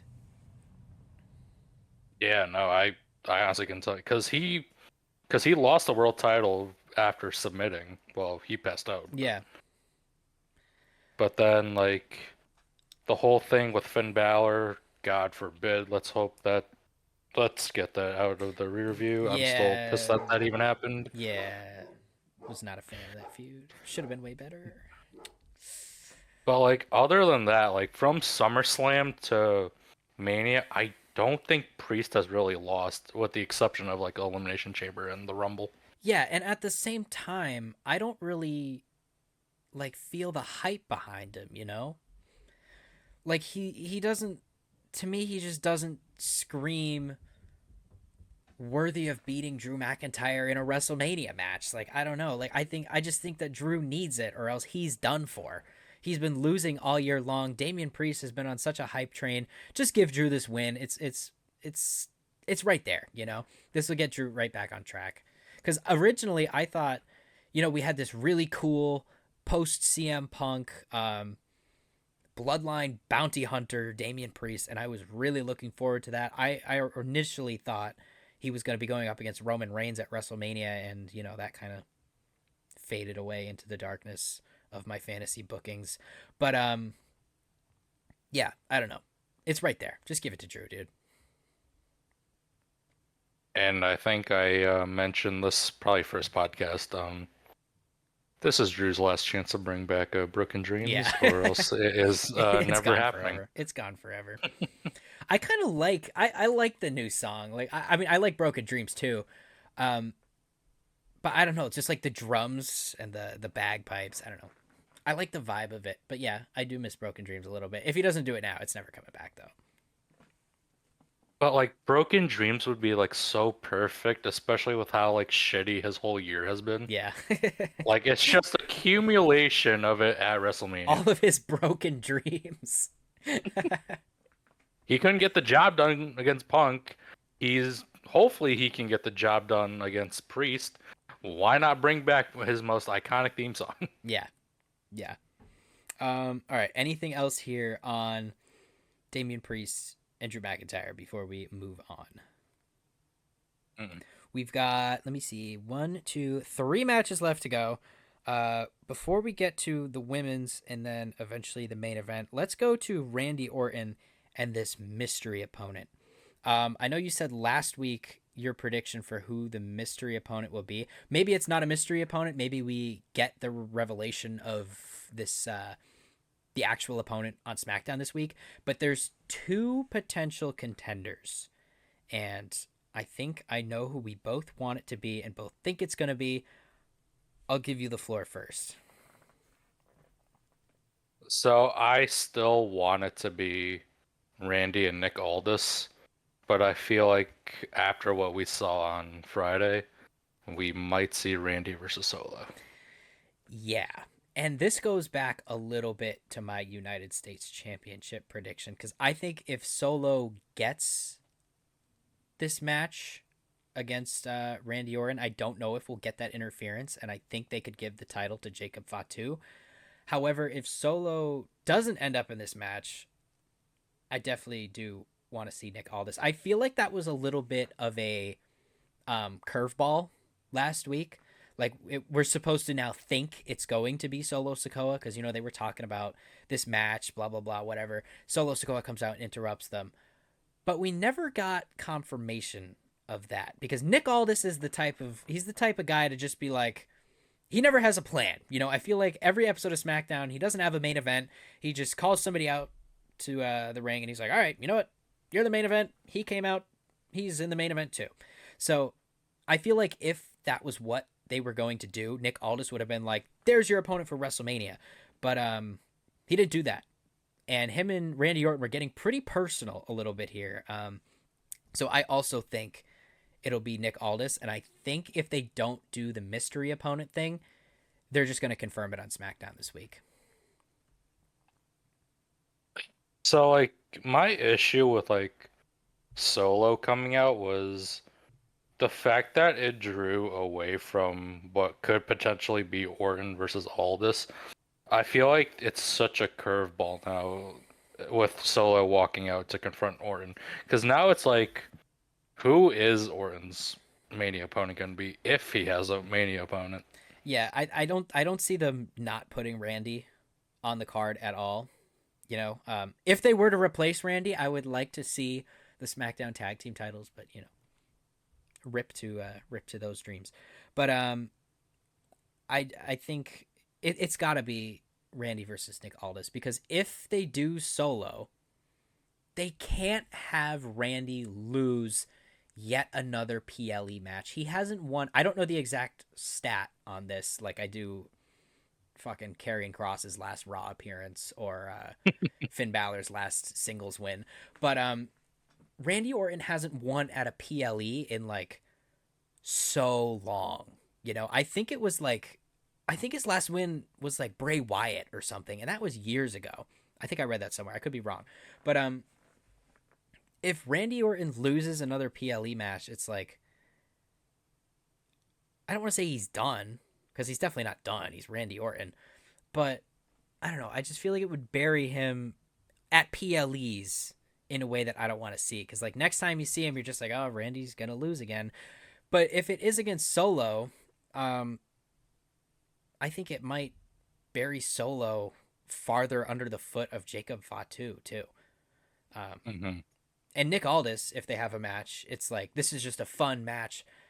It would feel like it got thrown together at the last moment because it did get thrown together at the last moment, and they've kind of had that feud boiling for a while now. Remember when Randy Orton RKO'd Nick Aldis the first time and he gave him a hundred grand or whatever, and he was like, "That's for next time." Well, next time just Yep. happened. I hope it culminates at WrestleMania. But yeah, I'd rather see Nick Aldis. I'd rather see Randy win this one too. It just sucks because I feel like Solo got that like Austin Theory treatment where like he got a win over Cena and it hasn't benefited him. Yeah, except this time it's like you're the new tribal chief. Like it's like a year's worth of hype for nothing. Like I almost feel bad for Solo, but at the same time, I just like Jacob Fatu more.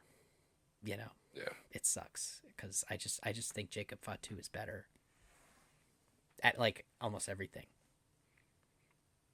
Yeah, that's definitely not a hot take at all. No, no, that's like a that's just a common thing. The hot take would be, I think Solo Sokoa is the greatest in the bloodline right now. Like, no, nobody thinks that.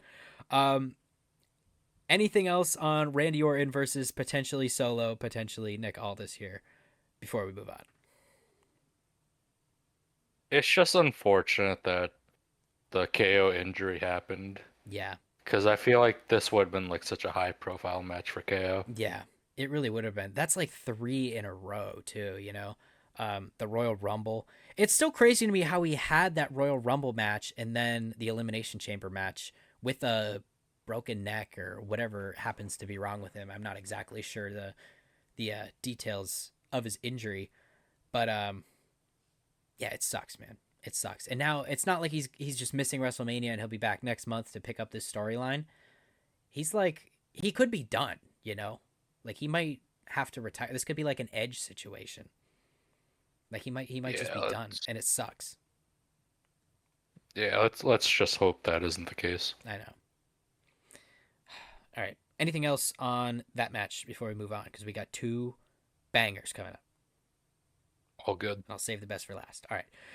Next up, Io Sky, Rhea Ripley, Bianca Belair. Another one of the feuds that I think had a little bit, I don't want to say a rocky start. I don't want to say it kind of came out of nowhere, but I think as it kind of developed, the story got better and better.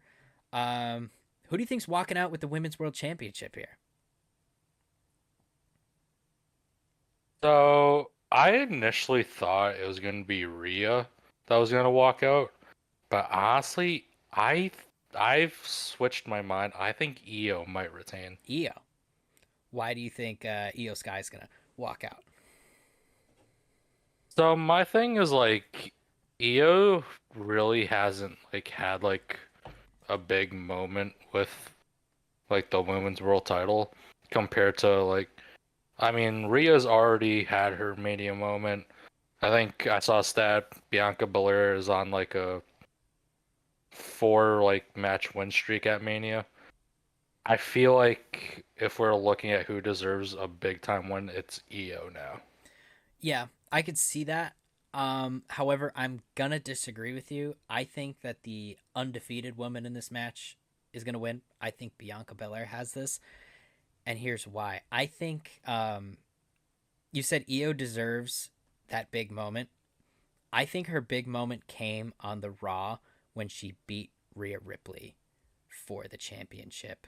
Because initially she had no reason to be a part of this match. And I feel like the only reason that she won the championship in the first place was to get her onto the WrestleMania card somewhere. And I'm glad they did because this match is going to fucking cook.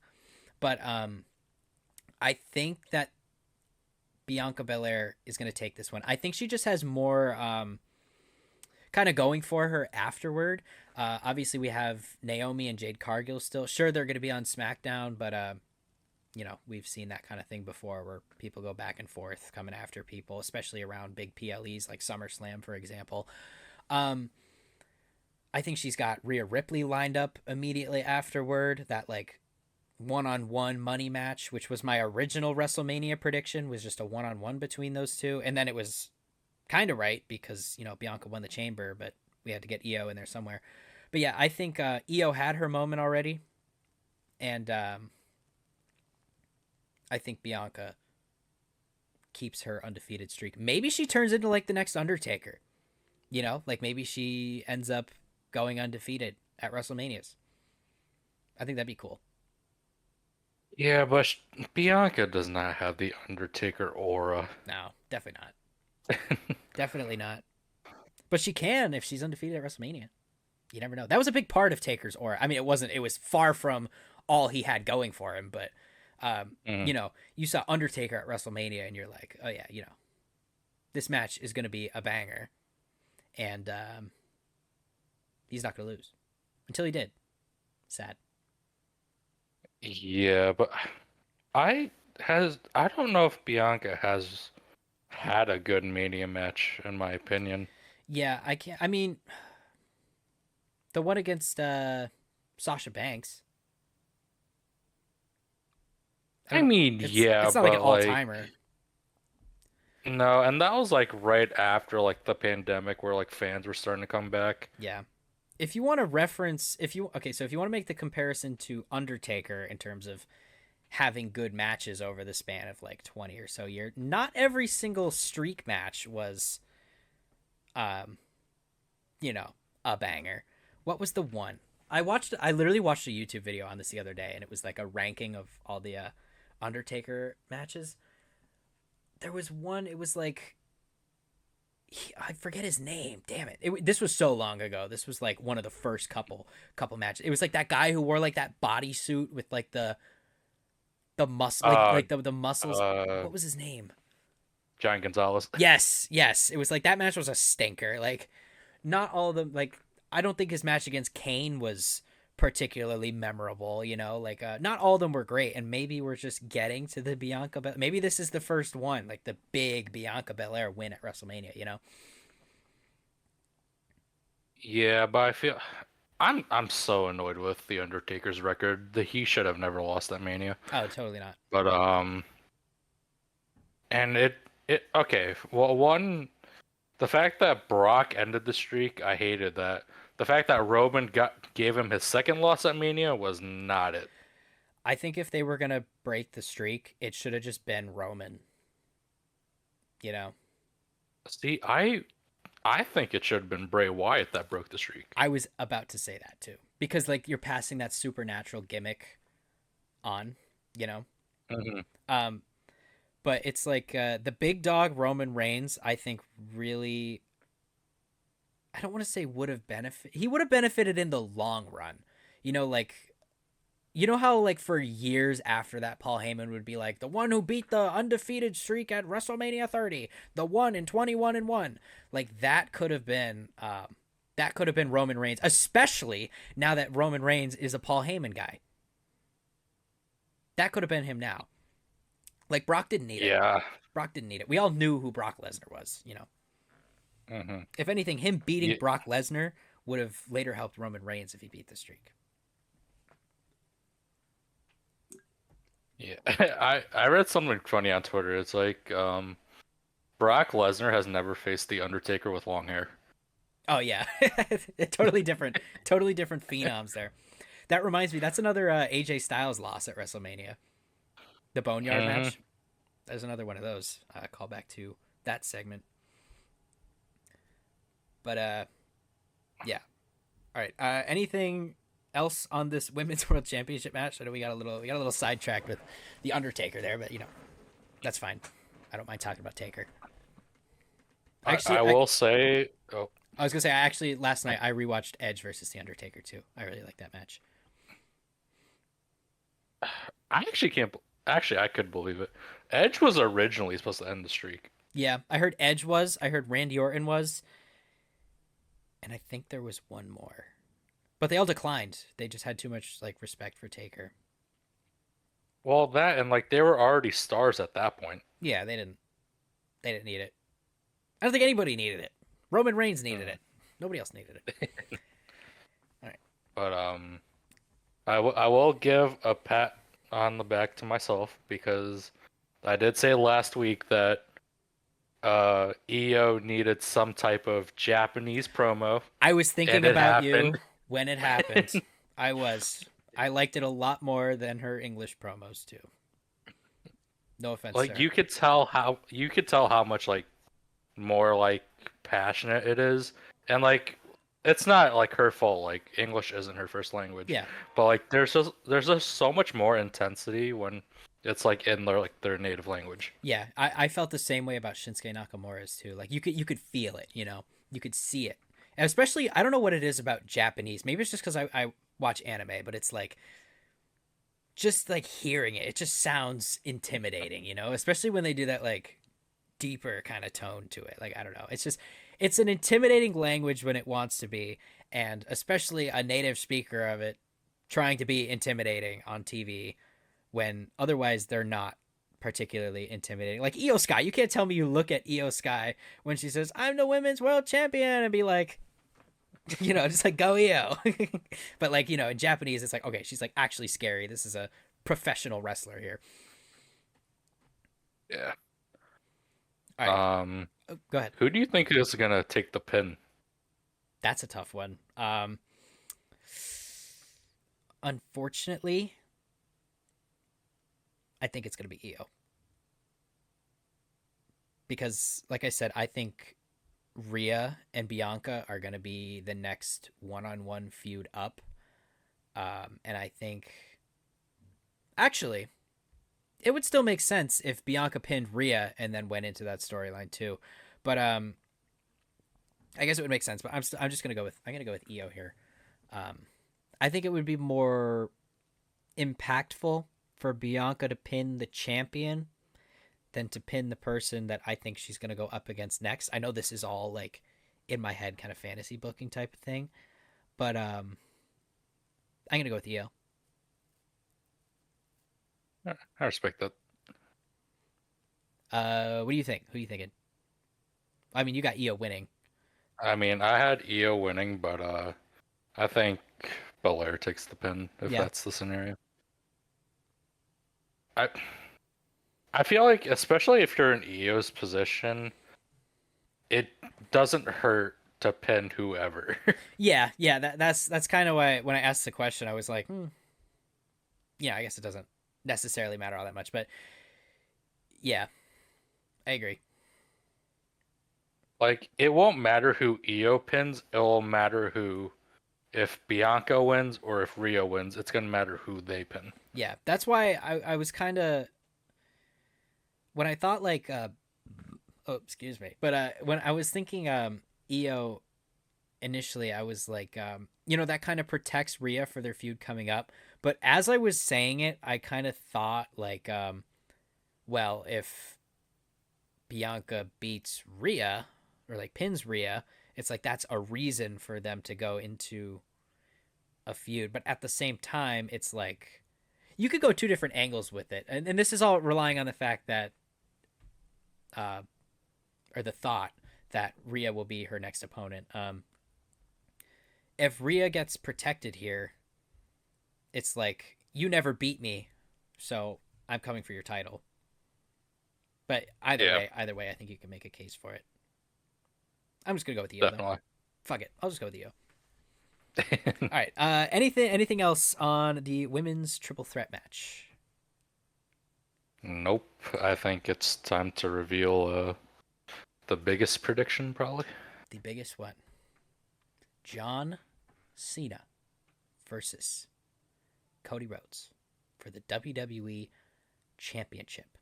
First, I want to ask, how did you feel about that promo from Cody on SmackDown last week where he had all the belts in front of him? To me, this kind of just felt like a reason to put Cody on the show. This whole episode of SmackDown kind of felt like a filler episode to me. Like, I felt like not much really happened.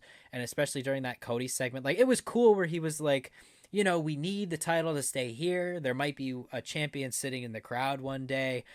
This is the legacy of past champions. He referenced Hulk Hogan. He referenced Eddie Guerrero. He referenced John. Boo. Yeah, he referenced John Cena, and it was like, yeah, he's stressing that importance of keeping the title here. I felt like this did more explaining Cody's reasoning going in, but at the same time, I just want to see. I want to see him go at it again. You know, like I want to see. I don't really care for just another Cody solo promo or another John Cena solo promo. I just want to see them talk to each other again. Yeah, I mean, I thought it was like a cool thing with like Cody bringing out the old titles. I will say I never realized like how much the spinner title actually stands out when it's like next to all the other titles. That's what I was saying because I didn't realize it went straight from like the winged eagle esque looking titles right to the spinner belt. Now I don't know the exact order in which the titles changed. Like I don't know if the winged eagle was before the one before that. I think it Hmm. was, but yeah, I had the same exact thought. Like the spinner belt is like it's like big and clunky and thick, and it really does look like a toy. It looks like it was meant to be sold to other people rather than worn by the WWE champion.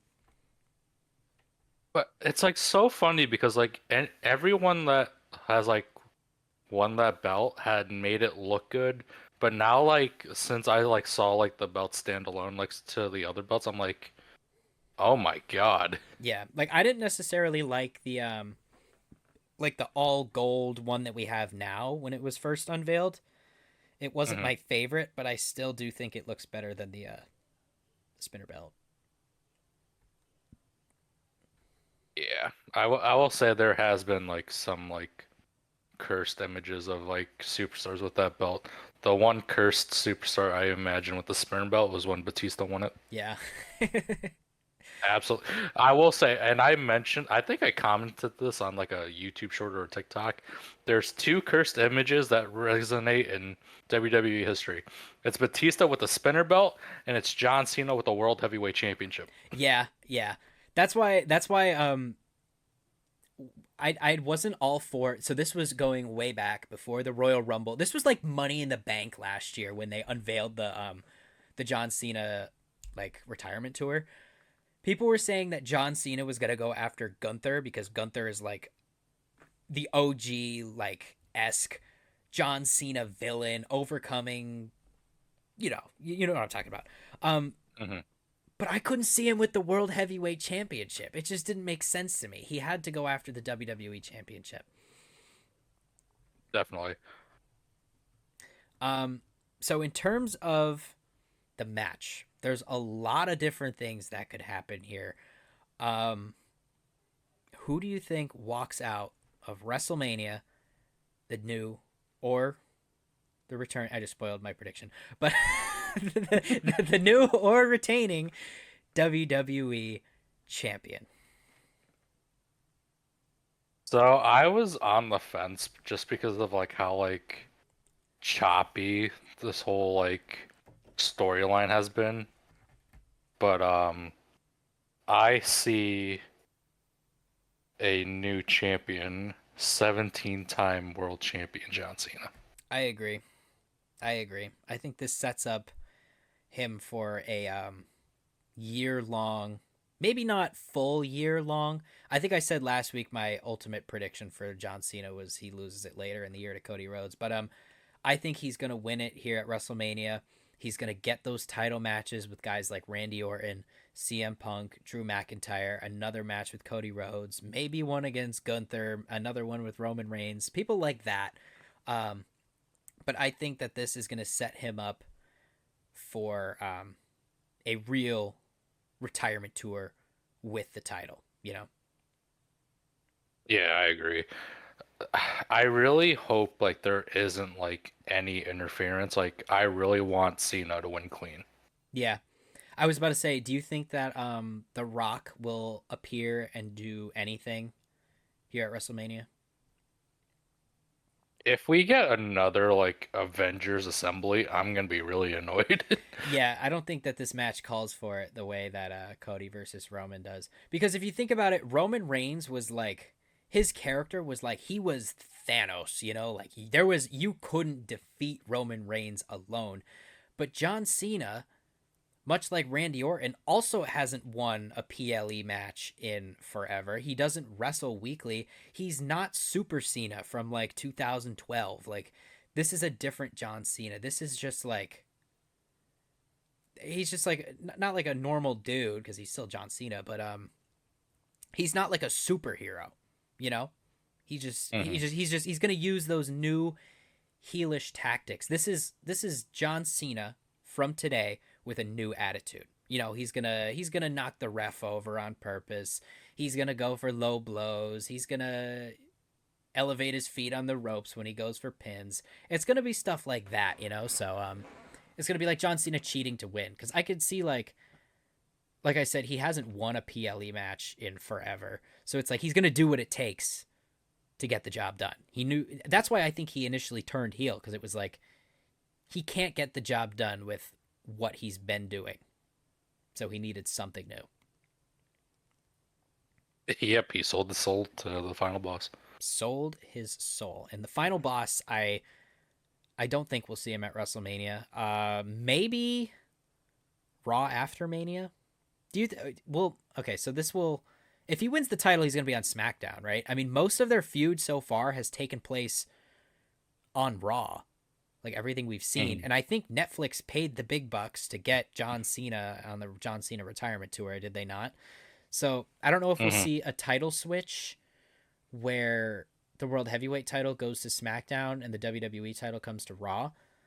But yeah, maybe a Raw after the Mania or a Raw after Mania for The Rock because that's like we always expect something big for that. It's the best Monday Night Raw of the year. Yeah, I honestly wouldn't mind seeing like the world title swap, especially like because like current like SmackDown, I would always envision like the WWE title with Roman, Yeah, but now like that's not the case anymore. Like I'd perfectly be fine with, because now it seems like Raw is back to being like the A-list show again.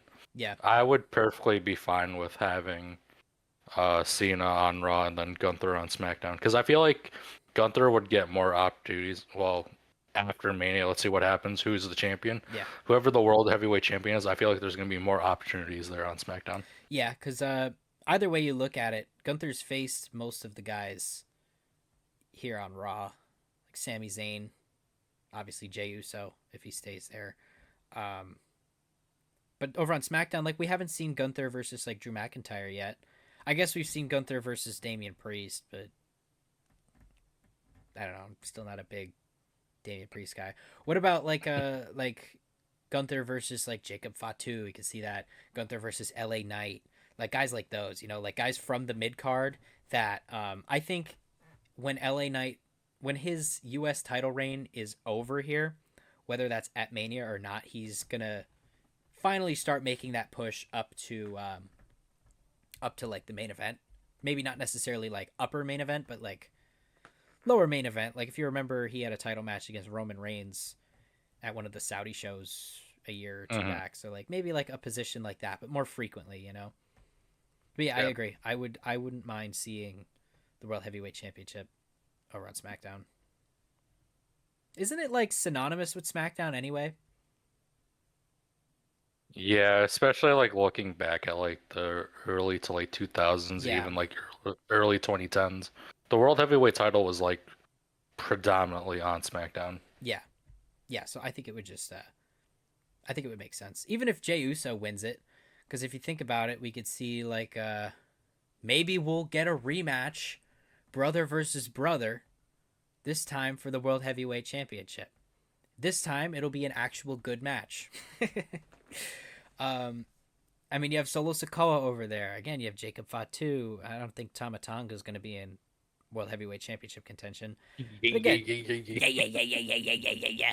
But again, again, you have like LA Knight over there. You have Damian Priest. You have Drew McIntyre. Drew McIntyre, Bloodline bounty hunter, maybe could come back for his World Heavyweight Championship. But yeah, I agree. Either way, whatever happens at Mania, we'll see. We will see. Travis Scott appearance. I fucking hope not. Oh my god. I think I've already went off on Travis Scott on this podcast before. Why? Like I get it. He's got the theme for the show, but like I okay, I don't really Well, one like of the two themes. one of the two themes. The weekend has this like fifth WrestleMania theme in like 5 years. But I'm not really a fan of rap music to begin with. And that's not like oh, I hate it, these damn kids. It's just it's just not my thing. I like girly pop music. I'm not afraid to admit that. I listen to Sabrina Carpenter and Chappell Roan and like Charlie XCX and stuff like that. But Mhm. yeah, I don't want Travis Scott here, dude. He just like he why was he there? He could have ruined WrestleMania. He could have ruined that whole segment. Like I just I don't know, man. I don't want to see him there. I'll never forget the tweet that WWE put out before the I think I've said this before too, but the tweet that WWE put out before the Elimination Chamber. What will Travis Scott do at Elimination Chamber?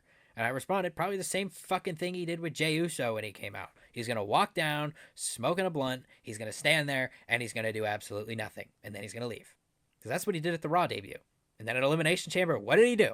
He came out with The Rock, smoking a blunt, stood there and did nothing, slapped the shit out of Cody Rhodes, almost ruined the WrestleMania main event, and then he left and did nothing. So, you know what? What is he going to do at WrestleMania? Probably the same thing. Same thing. Same thing. Like he didn't even It's perform just a song or anything. Like I thought he would like Mm-mm. sing a song or do a little dance or I don't know, promote his music on Spotify or something. I don't know. I don't like him. Yeah, he's just there as a side quest. Yeah, literally. He's just get him out of here.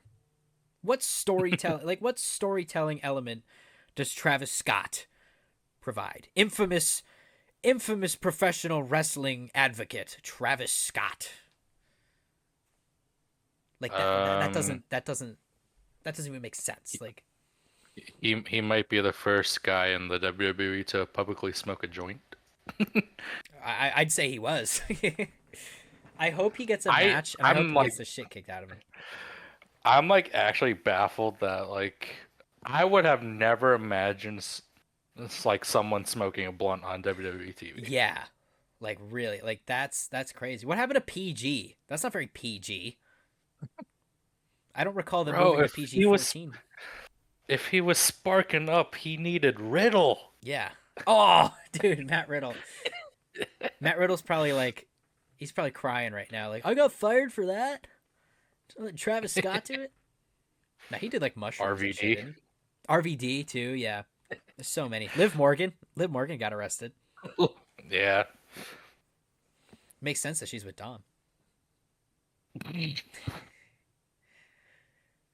The infamous bad boy. Infamous bad boy. Spent one whole day in jail. God, I love everything about Dom. Yeah. I could totally see him winning too. I think either way, my prediction kind of stands if Dom wins, or not to change the subject from John Cena, but if Dom wins or if Finn Balor wins, they could kind of do the same thing. Like I could see Dom winning and then Finn Balor coming out of Judgment Day being like, oh yeah, like maybe Dom screws him over, takes the win for himself, and then they go into a feud and Finn Balor takes it off of Dom. I feel like that could also propel Finn Balor into a singles run, but it's too late to change that now. It's already recorded. I'm just gonna go with Finn Balor for that one. All right. Well, night 2 as a whole, we've got maybe one potential stinker storyline wise, that being the women's tag teams. But other than that, this is shaping up to be an awesome weekend of professional wrestling. Yep. Yeah, and I'm super excited for it. Obviously, we still have to get through one episode of SmackDown here. I'm guessing it'll probably be, I don't want to say a filler episode because if we see, I know Cody Rhodes is already on the show, but if we see John Cena again, maybe we'll get another promo battle. We'll probably get Randy Orton's opponent confirmed. Maybe. And people online were praying for this, and I am too. Some shenanigans happen in the tag team title match that gets them onto the WrestleMania card. How likely do you think that is to happen? Very low, unfortunately. Yeah, I fear the same way, and I don't want to get my hopes up too high because then I'll just be disappointed even more that they're not on the card. But yeah, it sucks. We were robbed. I feel like there should always be a ladder match at WrestleMania, no matter what. I think the issue is last year's ladder match for the tag team titles because it was so confusing. Yeah, because they had both belts. I thought once somebody won the belts, they would be, like kicked out of the match. But it was like Austin Theory and Grayson Waller won, and then they just kept going as if like we knew the plan was to obviously separate the two titles, and Hmm. I thought because of that and the fact that we all knew that that's what the match was for, whoever won one title first was just going to get booted out and then the rest of them would fight. But it was like they stayed in the match and it was like trying to reunify the tag titles that they were in the process of like Trying to split. ununifying. Yeah. It felt a little weird. But that match overall I thought was good and fit for WrestleMania. I'm glad The Miz and R-Truth won. That was a great little WrestleMania moment because I don't think R-Truth has ever won a WrestleMania match other than that one. That's true. Oh, I will say, I think they did announce the Andre the Giant Memorial Battle Royal for Oh yeah, that's right. SmackDown. That's right. We'll go quick here. Who do you think's got this one? I think we might be thinking So the same I person. Let's see. so I saw this thing on Twitter that Theory finally turns face and eliminates Grayson for the win. That's actually cool. I kind of like that, and that's not at all where I thought you were gonna go with that. But I do like that. Where were you going? I was going with Ludwig Kaiser. I could see that. Yeah. Or people were saying Berto from Legado del Fantasma is gonna win the battle royal. Because we saw on SmackDown when he lost to Ray Phoenix. What's his name? Santos Escobar came out and he was like congratulating Ray Phoenix, and then we had that like weird kind of hinting at a face turn from Berto. Maybe he leaves Legado del Fantasma or something like that. Which I don't see happening. I think if he turns face, it's gonna be the tag team turns face, and like they both go off together, and Santos has to do his own thing. But I like that the Austin Theory because Mhm. we've been waiting so long for the Austin Theory face turn. This is like a year in the making. I feel like the only reason they haven't done it yet is because they have nothing lined up for him. But Yeah. now that I was gonna say the SmackDown um mid card is on fire, but he's not on SmackDown anymore, is he? They're on Raw. Raw that needs tag teams. Yep. Shit. Um, I don't know. I still want to see it, but I feel like they need something for him afterward because I feel like he's gonna be another Cody Rhodes. He's gonna be another Drew McIntyre. Where they're teasing him to be the next big thing. They never do anything with him. He ends up leaving, making a bigger name for himself on the indie circuit, and then comes back like 5 years later and he's, you know, a big thing. So Yeah, honestly, I feel like if they have like nothing like for these mid carders, I feel like NXT would be the spot.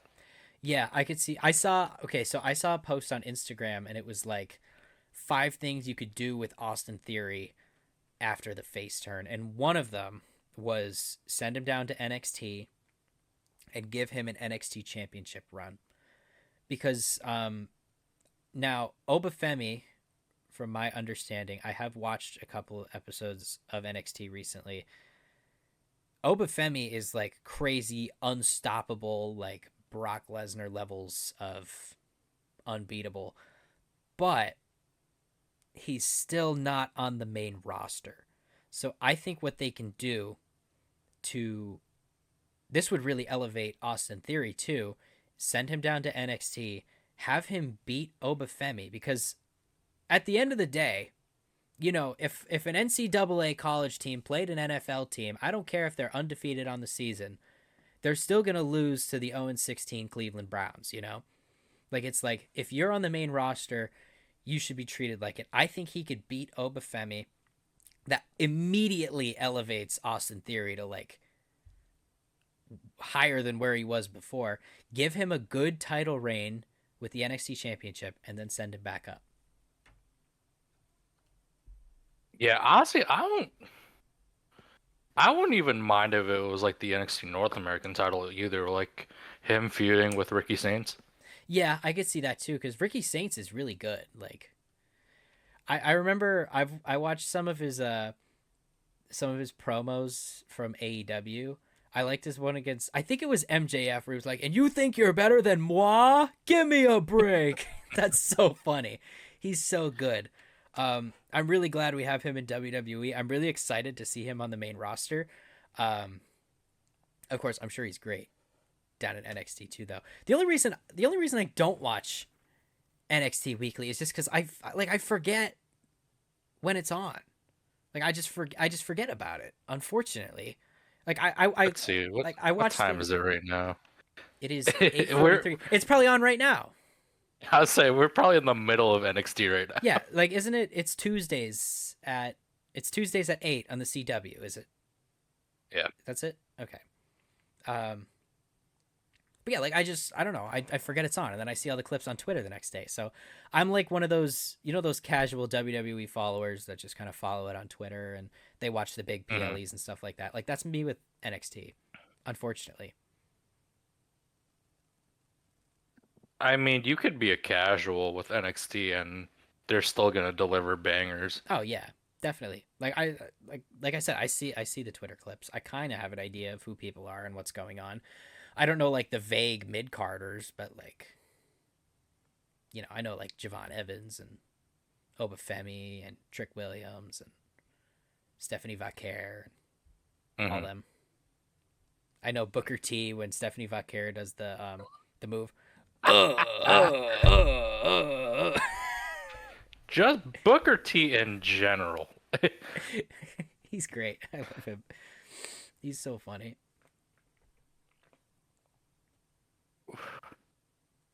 Have you? Gotta love Booker Yeah. T. Have you seen him on the that what's it the LFG show? Yeah. I haven't watched like the whole series or whatever. Again, I follow that on Twitter, but he's funny. I saw the clip where Bubba Ray Dudley brought out Devon, and he was going on. He was like, "This is my 21-time World Tag Team Championship partner across multiple companies," and Booker T was like, "Oh my god, like get on with it here, man." He's great. I love him. Absolute legend. All right.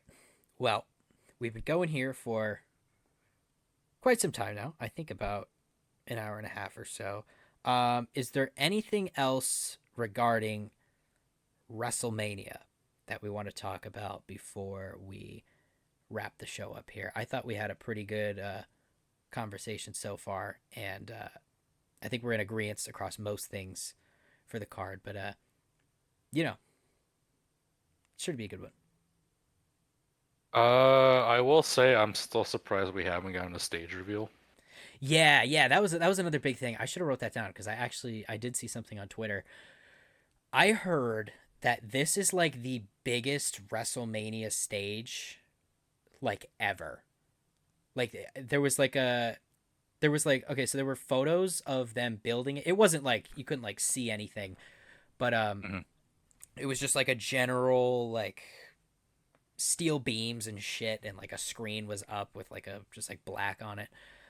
But I heard there were like double the amount of production trucks there than there were last year and stuff. Like it's going to be massive. Jeez. Because I don't know how accurate this is, but I think the Raiders Stadium in Las Vegas is one of the biggest NFL stadiums. Of course, that's all like seating and shit. That's not like the field itself. No football field is bigger than another one, but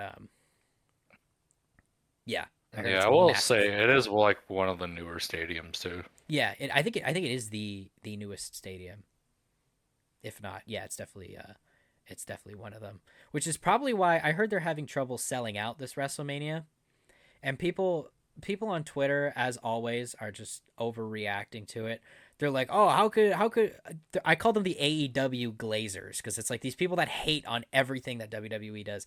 And they're like, "Oh, WWE can't sell out WrestleMania this year. What happened? Your product and your road to WrestleMania must be shit this time around." Haha. And I'm like, "No, you got to think about this. WrestleMania is in the middle of the desert. It is in Las Vegas, the entertainment capital of the United States of America. Do you know how much a hotel room costs in Las Vegas for a 2 night event that is already like $3,000 for a ticket? Do you know how much plane tickets are to get to the middle of the desert? Like, most of America lives on the East Coast or on the West Coast. And like Las Vegas it's closer to the west than it is the east, but it's still in the middle of the desert, You can't walk Mhm. there. Like that's a far flight for where most of your population lives. So I can't you can't expect it to sell out in the biggest NFL stadium in the country. So I think people are just overreacting to that. It's still going to be packed. Oh, definitely. Yeah. I did see reports that what they're doing like their WrestleMania kickoff Thursday or something like that. They're doing Some something Thursday, something like that, yeah. but apparently that's when we're supposed to get the stage reveal. So Oh let's yeah. hope. Okay, yeah, I'm really excited to see it though. I think it could be really cool. Like I think I said last week when we were talking about the stage reveal. I think they're going with that gambling theme. They're gonna have playing cards. I think that they're gonna walk out of like a roulette table circle thing. I don't know. They're really gonna go with the gambling aspect of it. Yeah, it's definitely gonna be like a casino theme. Like it's probably gonna be like the entrance of like a casino, just like Yeah, times 10. yeah, it's gonna be crazy. I could see them doing like two giant screens on either side of the thing with like those playing cards that they have with the people on them. Oh yeah, It's yeah. like two giant playing cards and they show just whoever's on the playing cards like as the match is going on. I think that'd be pretty cool. Like on either side of the screen. Almost like how like WrestleMania 39 where it was like a movie set and they were just Yeah. like on the posters. Yeah, like stuff like that. But like they could change each match. I mean, obviously they're just giant screens, but yeah, and they could like change between as the night goes on and stuff. I don't know how they would do that for like a fatal four way though, or like a triple threat. Now that I think about it. They'd probably like divide it like they'd have like for a triple threat they'd probably have like the champion on like a single and then Yeah. like the opponents on like the other side. Yeah. Okay. Yeah. I can see that. Yeah. Sure to be cool. Really excited. I don't know. I'm like shaking in my seat here thinking about it. Oh, trust me, I know. Yeah.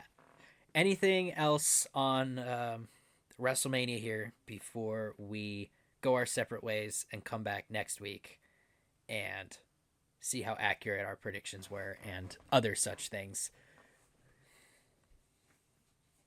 Did they announce who's hosting WrestleMania this year? I don't know. I don't think so. Because I I feel feel like I like heard that's always something. been a big thing. I feel like I heard something, but I don't remember. I don't remember who it is. We need like a guy in the chair. Like, you know how Joe Rogan has Jamie? Like a Jamie, pull Yeah. that up.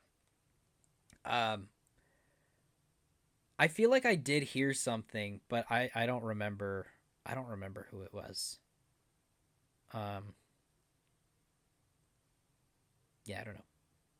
I'll look into this Now, after. now I'm thinking about it. I don't remember. Was there even a host for last year? Now that I'm thinking about Um it. I know the Miz was the host of 39. Let me see. Jamie, pull that up. WrestleMania this year. Who is it? Allegiant Watch it be Travis Stadium. Scott. Dude, I'll cry. There's nothing on the WWE website. It's just showing me the match card. I don't want to see the match card. Who'll be the host of WrestleMania? It's usually or sometimes it's a superstar. I won't say usually. Um, yeah, I don't know. I can't find anything. Oh, wait.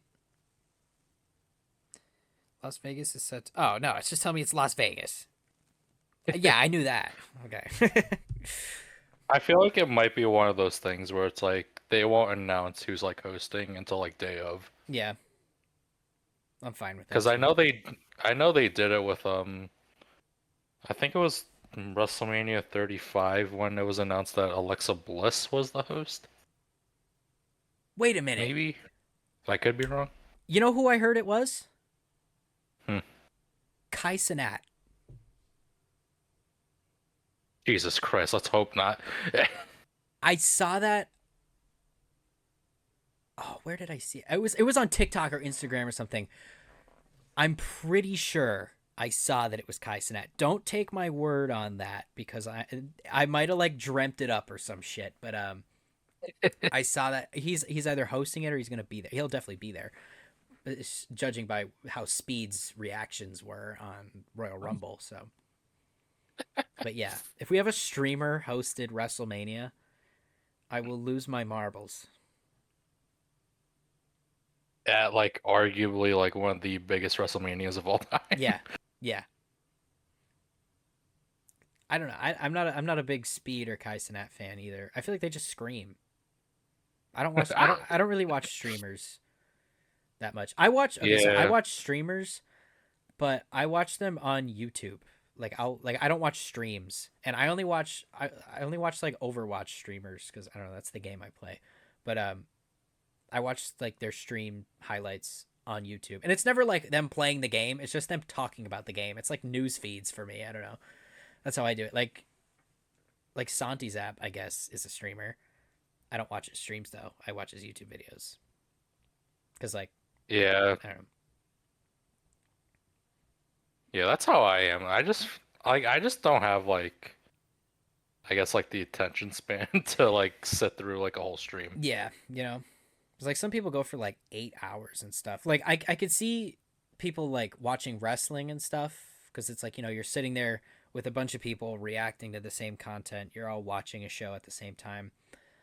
But I already watch wrestling with people, so like it's just not Hmm. my thing. Like me and my girlfriend, we watch it every week. Sometimes I'll invite friends over. We have parties for obviously we had a party for Royal Rumble. It was my birthday. Um, we had a Yeah, party for her on the some. show. Yeah, she wants to be. If she doesn't fall asleep halfway through the episode, sometimes. But anyway, Let's hope not. anyway. But yeah, I don't know. I don't not a streamer watcher. I'm a streamer highlight watcher, which is fine. I'm still giving them my attention, in a way. Yeah, All right. Well, anything else, or are we ready to wrap it up here? I think I'm ready to wrap it up. All right. Well, in that case, thank you all for watching, listening, or however else you are consuming this podcast. We really do appreciate it.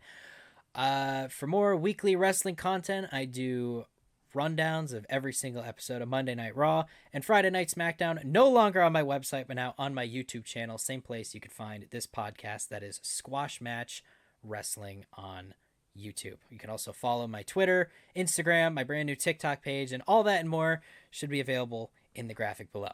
We'll see you all next week, and we'll come back with some WrestleMania predictions, or not predictions, with some WrestleMania reactions, stuff like that. So, yeah, be sure to stay tuned for next week. Thank you all for listening. We'll see you in the next one.